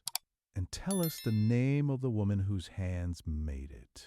The baked mac that belonged to one woman, the fried chicken brined overnight, the potato salad guarded like property, the pound cake baked before dawn, or the dish that disappeared the day the kitchen went quiet.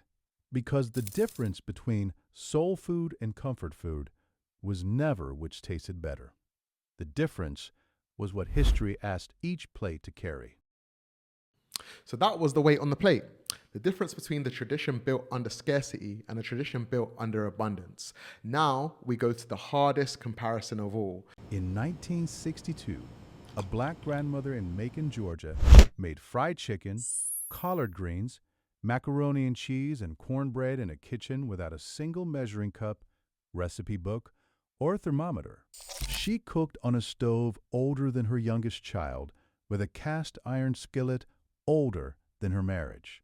And she never once looked at instructions because the recipe lived in her hands and her hands had been learning since she was 12. Her granddaughter cooks in a kitchen with a stand mixer, a convection oven, a meat thermometer, $600 cookware, and access to more recipes than every cookbook in the 1960s combined.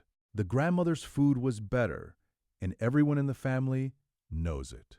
The granddaughter follows the recipe exactly, and the food comes out close, but never right.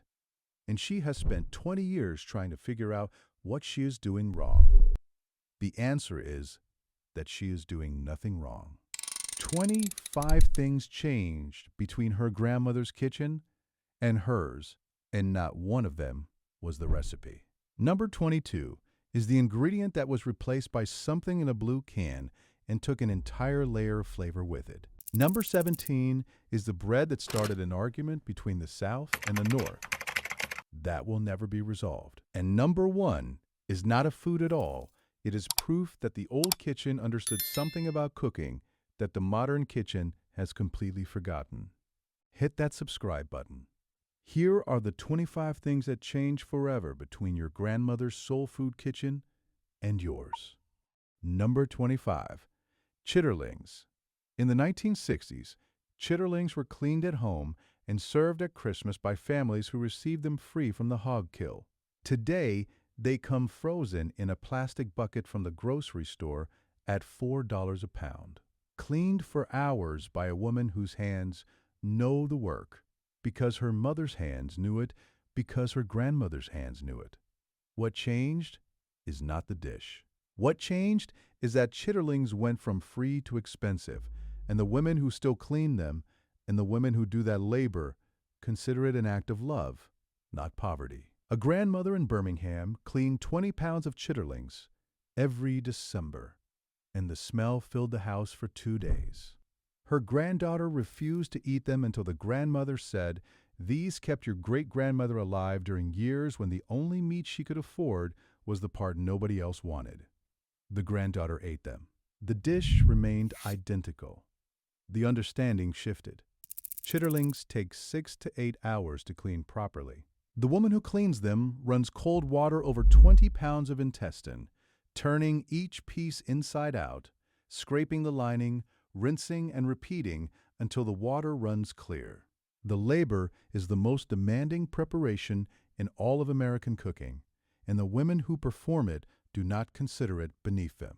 They consider it a skill that separates the kitchen that remembers from the kitchen that has forgotten.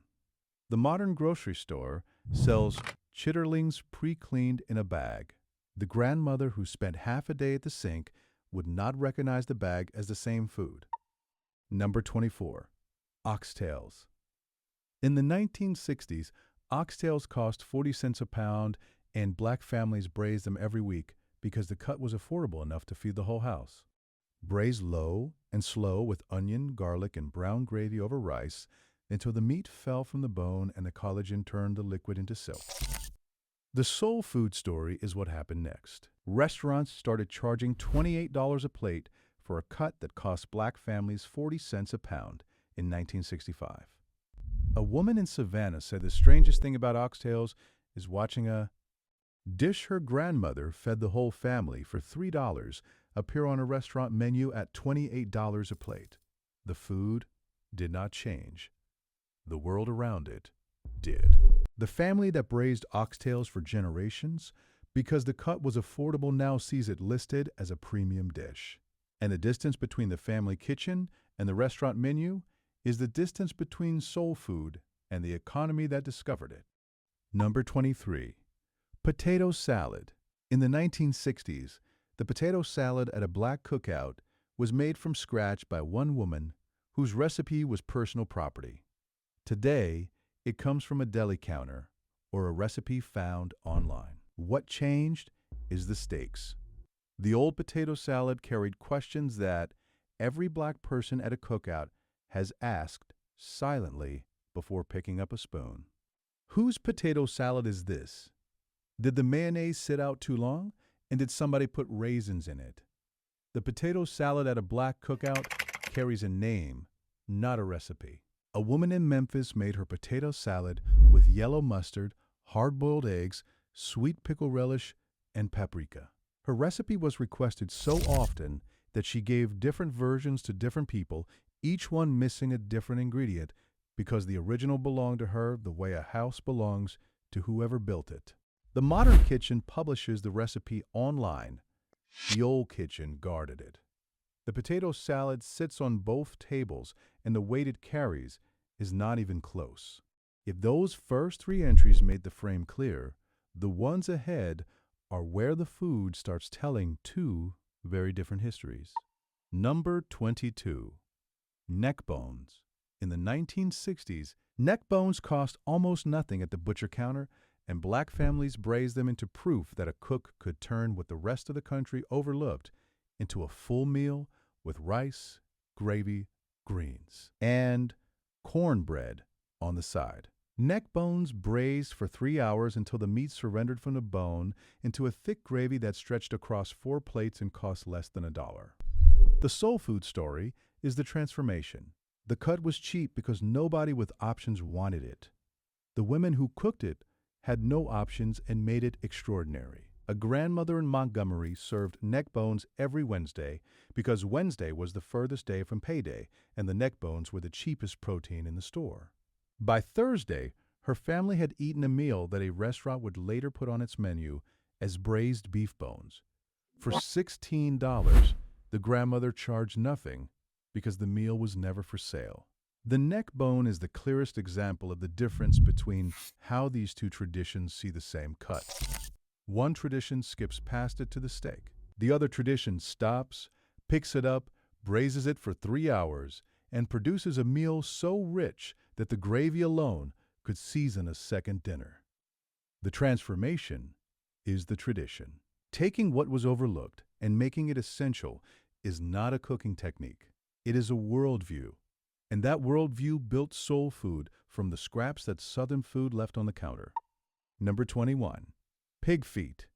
In the 1960s, pig feet were standard at black tables across the South, pickled or braised by women who remembered them as a working-class delicacy that required patience, vinegar, salt, and a willingness to eat what the rest of the table would not touch. Pickled and served cold from a jar or braise until the collagen melted and the skin turned tender. A man in Jackson kept a jar of pickled pig feet in his icebox from 1951 until the day he passed and his grandson found the jar still there, replaced quietly every month for over 40 years. The grandson did not know the tradition.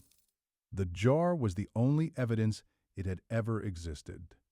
The modern kitchen moved past pig feet. The old kitchen never let go, because letting go of the food meant letting go of the people who made it matter. Number 20. Fried chicken. In the 1960s, fried chicken at a black table was brined overnight in real buttermilk and fried in cast iron with lard. Today, it is often brined in store-bought buttermilk and fried in vegetable oil. The women who made the original turned it into a cultural signature that no other cuisine has been able to replicate. Brined overnight in buttermilk and hot sauce, dredged in seasoned flour, fried in cast iron with enough oil to submerge the thigh. The soul food difference is context. The chicken was church food carried in a shoebox on a train because black travelers could not stop at restaurants along the route. Black women sold it from their kitchens when no other employment was available, and it served as celebration food, funeral food, travel food, and survival food, all at once. A grandmother in Valdosta fried chicken every Sunday for 40 years, and the smell that came through the screen door was the signal that the day had shifted from work to rest. The modern kitchen knows the recipe. The 1960s kitchen knew what the recipe carried. A woman in Macon fried chicken every Sunday and every funeral and every homecoming for 30 years, and the skill in her hands was so precise that the oil temperature never needed checking because the sound of the chicken hitting the pan told her whether the heat was right. A high sizzle meant pull it back. A low bubbling meant wait. The sound was the thermometer, and the woman who read it had calibrated her ears across 3 decades of standing at the same stove. That calibration does not appear in any cookbook. It lived in her kitchen, and it left with her. Number 17 is the dish that starts more family arguments than anything else on this list. And number 15 is where the church steps in. Number 19, collard greens. In the 1960s, collard greens cooked for 3 hours in a pot with a smoked ham hock. Today, they cook in 45 minutes from a pre-washed bag. What disappeared is the labor and the knowledge. The old kitchen remembers who washed them, who stripped the stems by hand, who seasoned them with smoked meat, who cooked them for 3 hours, and who saved the pot liquor in a jar because the liquid at the bottom of the pot was worth more than the greens themselves. The soul food story is patience. 3 hours over low heat because the woman at the stove understood that the minerals in the leaves needed time to release into the broth, that the ham hock needed time to surrender its collagen, and that the vinegar needed time to balance the bitterness.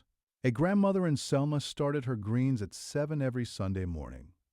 By the time the family came home from church at noon, the kitchen smelled like the entire week had been forgiven. The modern kitchen serves collard greens as a side dish. The old kitchen used them to mark time, to welcome people home, and to prove that somebody in that kitchen cared enough to stand at the stove all morning. The pot liquor left behind after the greens were served was the most efficient nutritional system in the Southern black kitchen, and its disappearance is one of the great losses of modern cooking. The grandmother who saved it assumed the practice was too obvious to teach. Her granddaughter pours it down the drain because the lesson never arrived. 3 hours of extracted minerals, collagen, and vitamins washed away because one generation assumed the next was watching and the next generation was not in the room. Number 18, macaroni and cheese. In the 1960s, mac and cheese at a black table was baked from scratch with an egg custard, 3 cheeses, and butter. Today, it is often made from a box or bought frozen. What changed is the standard. The old kitchen treated mac and cheese as a test. The baked mac and cheese at a black table is judged more harshly than any other dish at the cookout, the funeral repast, the church dinner, and the Thanksgiving table. Too dry, and the woman who made it hears about it. Too loose, and the woman who made it hears about it louder. The egg custard must hold the noodles together firmly enough that a square cut from the center of the pan stands up on a paper plate without sliding. The crust on top must crack when broken with a spoon. The edges, where the cheese met the glass, must be dark gold and slightly bitter from the caramelize. A woman in Tuscaloosa brought her mac and cheese to one church dinner for 22 years, and the year she brought a different dish, 3 women asked if something was wrong. Nothing was wrong. She was tired. But the mac and cheese was expected because the mac and cheese was hers, and the church had assigned it to her the way a job assigns a title. Southern food includes mac and cheese on the menu. Soul food assigns it to a person and holds that person accountable. Number 17, cornbread.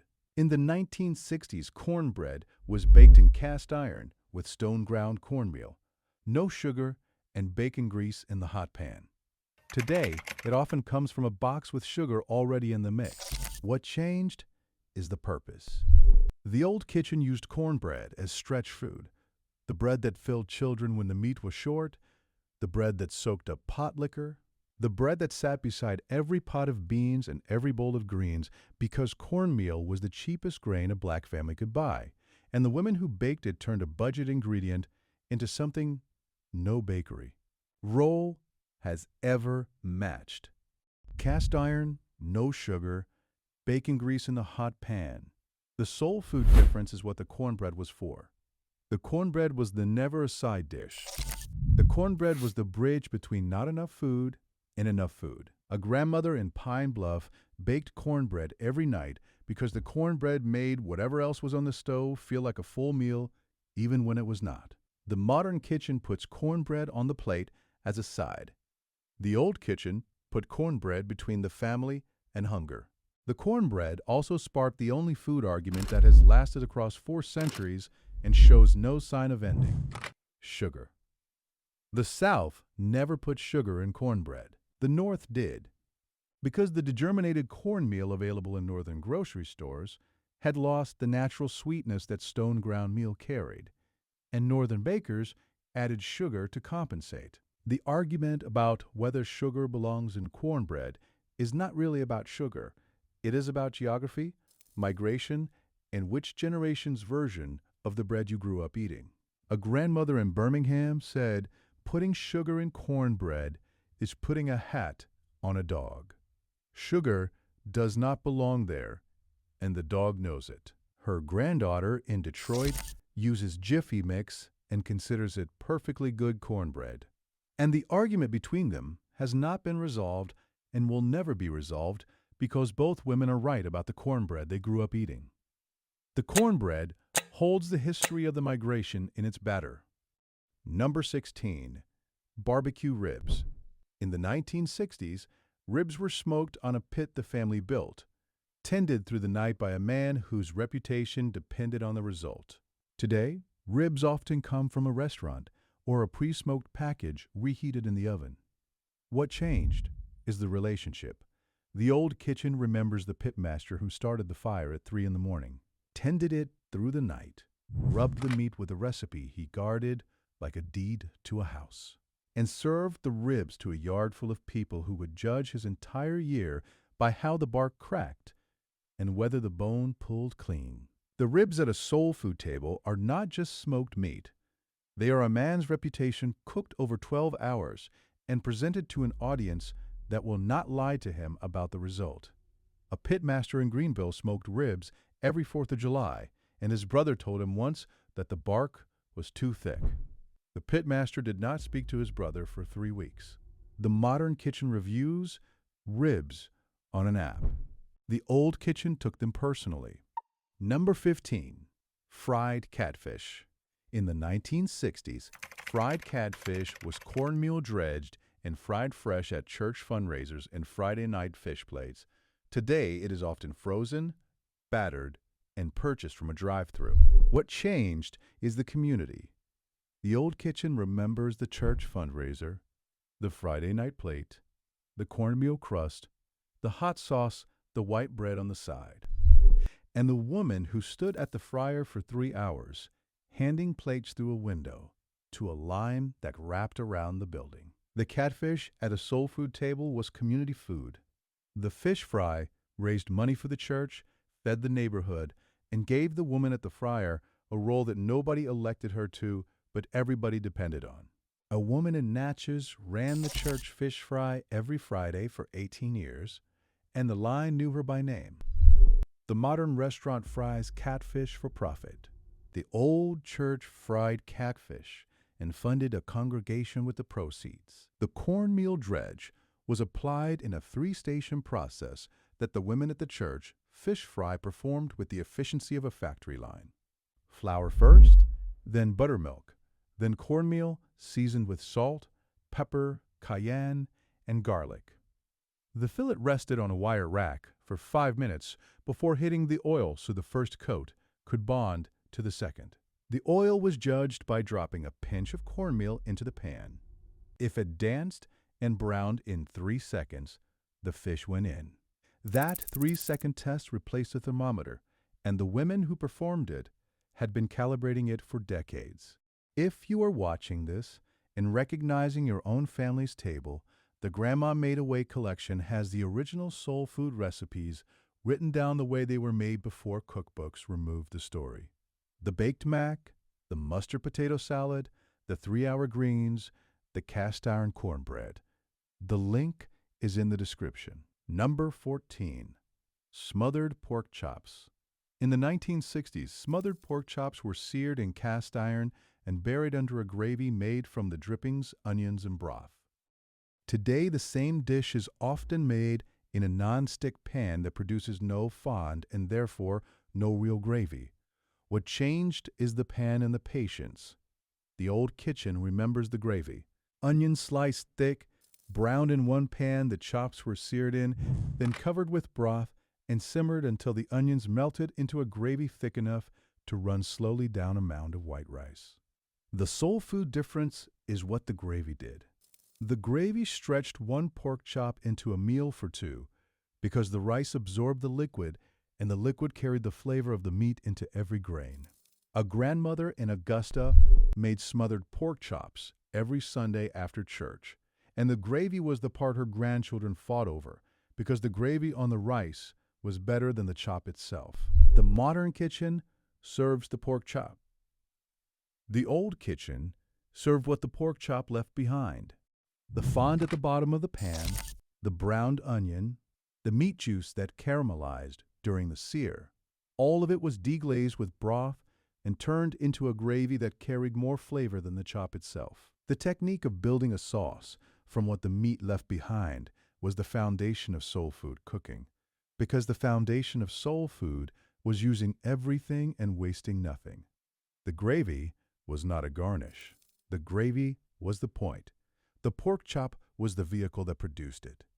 The technique behind the gravy is called deglazing, a term French cuisine claims as its own. But the black women who built the gravy from the fond in the pan were doing it a century before the term appeared in a culinary textbook. The technique was not borrowed from France. It was developed independently by women who could not afford to waste what the meat left behind. If you have been nodding at every entry so far, stay through the end, because number 3 is the difference that explains why the food never tastes the same when someone else makes it. Number 13. Black-eyed peas. In the 1960s, black-eyed peas were cooked from dry, soaked overnight, and simmered with salt pork for hours. Today, they often come from a can. What changed is the connection to the soil. The old kitchen remembers them as one of the first crops formerly enslaved families planted on their own land after emancipation. The peas were survival food, luck food, and freedom food all at once, cooked with salt pork, onion, and a bay leaf until the liquid thickened into a gravy served over rice. A grandmother in Selma told her grandchildren the night before New Year's, while the peas soaked, that these are the first thing your great-great-grandmother planted on land she finally owned. The tradition eats black-eyed peas for luck. The black kitchen eats them for memory and for the soil they came from. The peas were a survival crop that grew fast in poor ground, fixed nitrogen back into the dirt for the next planting, and produced enough protein per acre to sustain a family through winter. The efficiency of the black-eyed pea as a food system is remarkable. Cheap to grow, nutritious to eat, and beneficial to the land that grew it. The women who planted them understood something about sustainable agriculture that modern farming is only now rediscovering, and they understood it 300 years before the term was invented. Number 12. Red beans and rice. In the 1960s, red beans and rice was Monday wash day food. When the beans went on the stove in the morning, because Monday was laundry day, and the woman doing the washing needed a meal that could cook itself while her hands were in the tub. Smoked sausage or a ham bone for seasoning, the beans simmered for 4 hours, the rice cooked in the last 30 minutes. A woman in New Orleans put her red beans on the stove every Monday for 35 years. The tradition survived 2 moves, one hurricane, and the death of the man whose ham bone had seasoned the pot. She used a different ham bone after he passed. The beans were close but not identical. The cookbook sees a recipe. The black kitchen sees the hand that is missing from the pot. Monday wash day red beans were the original slow cooker meal, simmering unattended for 4 hours, while the woman who started them worked through the laundry. The beans required no supervision because the recipe was designed around the constraint of a woman who could not stand at the stove. The smoked sausage or ham bone provided all the seasoning the beans needed, and the 4-hour simmer extracted every trace of flavor from the meat into the liquid. By the time the laundry was done, the beans were done and the meal cost less than $1 and fed 5 people until the following morning. Here is something this list will not tell you unless the countdown stops long enough to say it. The food in the 1960s kitchen was not better because the women who made it were more talented. The food was different because the kitchen itself was different. The stove was different. The ingredients were different. The time was different. The cast iron held 40 years of seasoning that no new pan carries. The buttermilk was thick because it came from a churn, not a factory. The cornmeal had flavor because the germ was still in it. The greens cooked for 3 hours because the woman at the stove had the morning to give them, and the wood stove held the heat. Every single change between that kitchen and the modern one was small. The lard became Crisco, and the cornmeal lost its germ. The buttermilk lost its fat, and the cast iron became non-stick. The 3 hours became 45 minutes, and the wood stove became a gas range. No single change ruined the food. All of them together change it into something that tastes close but never identical, and the grandmother who tasted both knew the difference even when the granddaughter could not. The entries ahead are where the food stops being about flavor and starts being about the people who made it. Number 11. Gumbo. In the 1960s, gumbo was made from a dark roux stirred by hand for 45 minutes. Today, it is often made from a jar of pre-made roux or a shortcut base. What changed is the patience. The old kitchen remembers the pot where Africa, the Caribbean, Indigenous America, France, Spain, and the Black Creole kitchen all met in one dish, and none of them left. Okra from West Africa, filet powder from the Choctaw, the roux from France, the holy trinity of onion, celery, and bell pepper from the Creole tradition. Gumbo is not Southern food with extra steps. Gumbo is proof that Black cooks absorbed every culinary tradition they encountered and combined them into something none of those traditions could have produced alone. A grandmother in Lafayette made her gumbo with a dark roux she stirred for 45 minutes without stopping, because the moment you stop stirring is the moment the roux burns. The modern menu lists gumbo as a menu item. The old kitchen remembers who stood at the pot long enough to get it right. The dark roux that gives gumbo its flavor requires 45 minutes of constant stirring over medium heat. The flour and oil darken from blonde to peanut butter to chocolate to the color of dark coffee, and the transformation happens in stages that cannot be rushed. Walk away for 30 seconds, and the roux burns. Start over. A grandmother in Opelousas said making roux is the only thing in cooking that punishes you for looking away. The patience required for a dark roux is the patience required for soul food in general. And the okra that thickens the pot crossed an ocean in the hands of enslaved West African women who carried seeds hidden in their hair and their clothing, because the plants they knew were the only familiar thing they could bring to an unfamiliar continent. The gumbo pot remembers that crossing whether the person stirring it knows the history or not. Number 10. Candied yams. In the 1960s, candied yams were made from fresh sweet potatoes, often pulled from the garden that morning. Today, they often come from a can topped with marshmallows. What changed is the personal connection. The old kitchen remembers the auntie who always made them too sweet, and nobody complained because the yams were hers, and correcting her yams was the same as correcting her love. Brown sugar, butter, cinnamon, nutmeg, vanilla, baked until the syrup pooled at the bottom of the pan in a layer thick enough to pour over everything else on the plate. A woman in Mobile brought the same candied yams to every family gathering for 27 years. Nobody ever asked her to bring anything else. Nobody ever told her the sugar was too heavy. The yams were her identity, and the family protected it by eating them exactly as she made them. The modern recipe adjusts to the cookbook. The old kitchen adjusted to the person who made it. The candied yams at a soul food gathering were never judged by how closely they matched an ideal. They were judged by how closely they matched the memory of the woman who always brought them. If her yams were too sweet, then too sweet was the standard.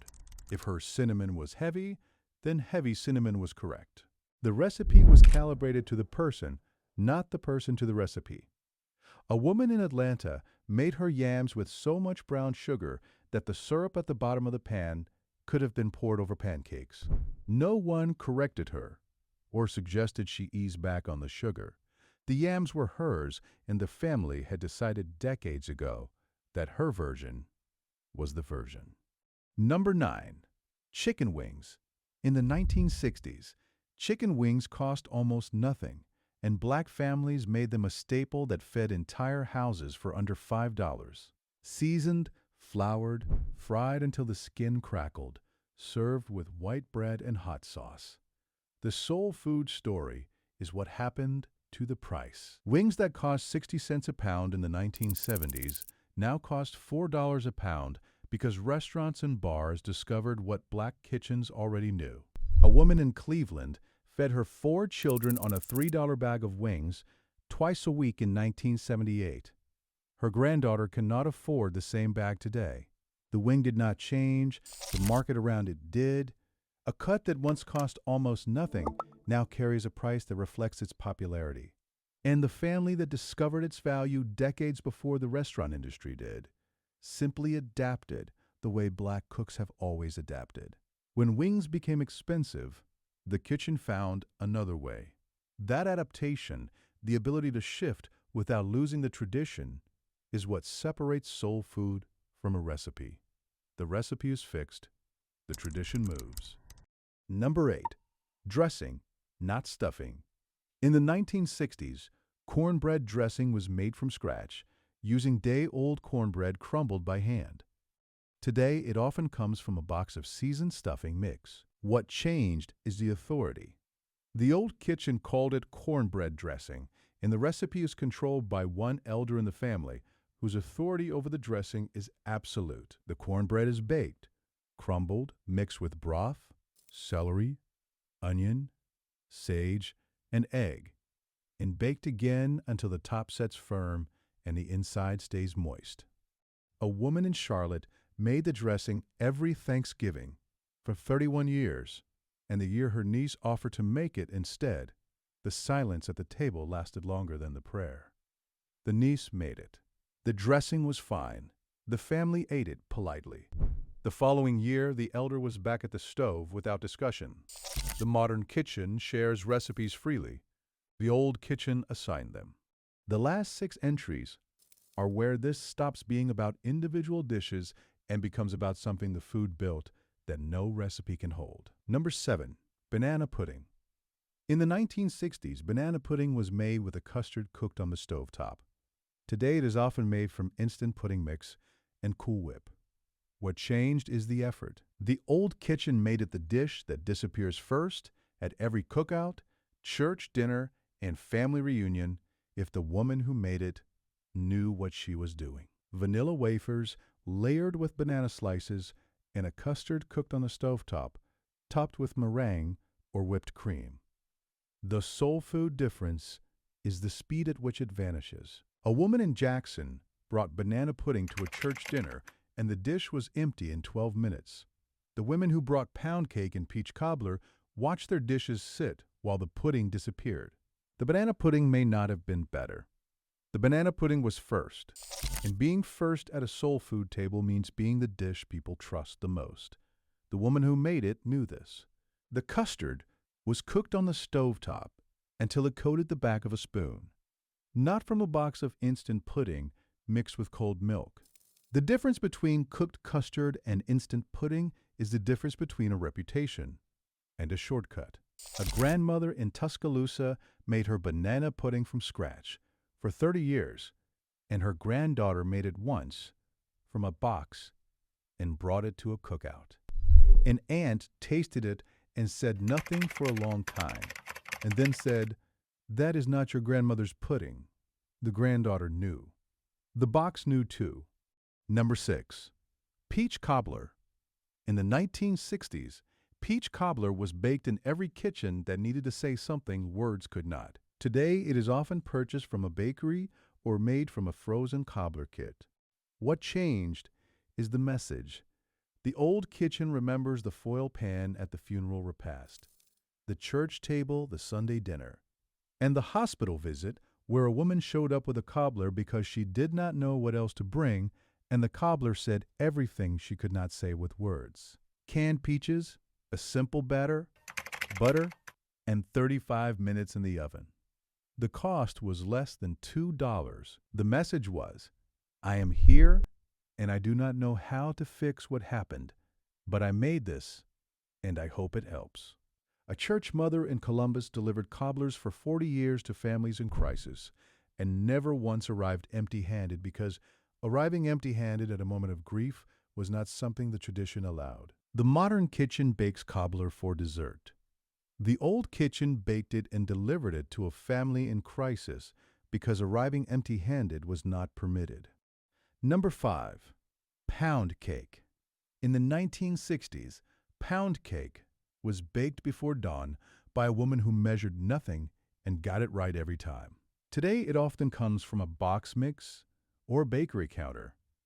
What changed is the hands. The old kitchen remembers the church mother, the funeral table, the Sunday visit, and the woman everyone trusted to bake the cake that did not need frosting because the cake itself was the statement.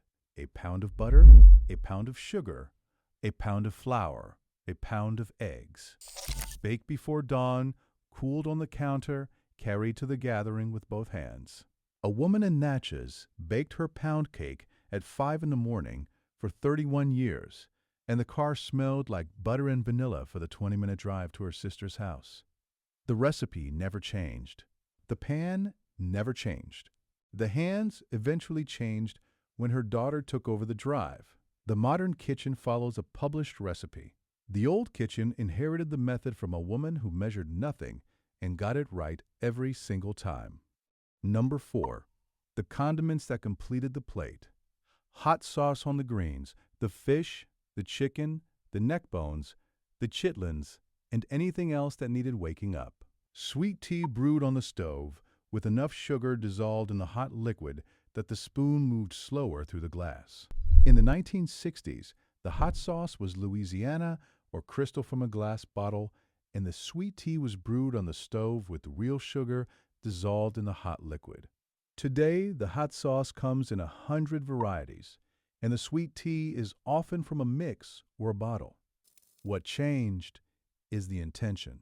The old kitchen treated both as non-negotiable elements of a finished plate, the way punctuation is a non-negotiable element of a finished sentence. A plate without hot sauce was a sentence without a period, incomplete even if every other word was in place.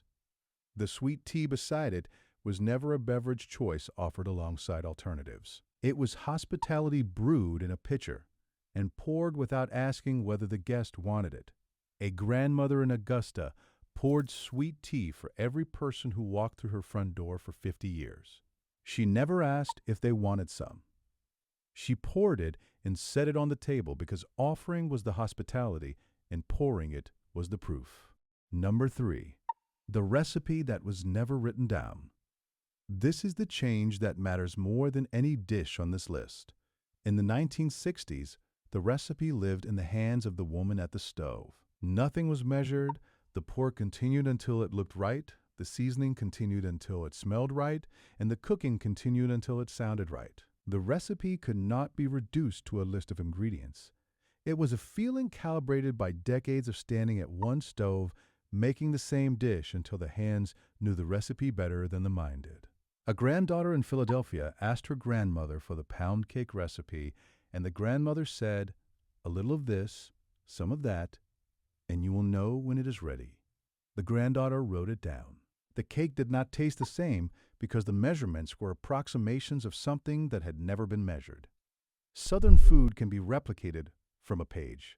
Soul food can only be replicated from proximity. And the moment the woman who held the recipe is no longer standing at the stove, the recipe drifts into something close but never identical.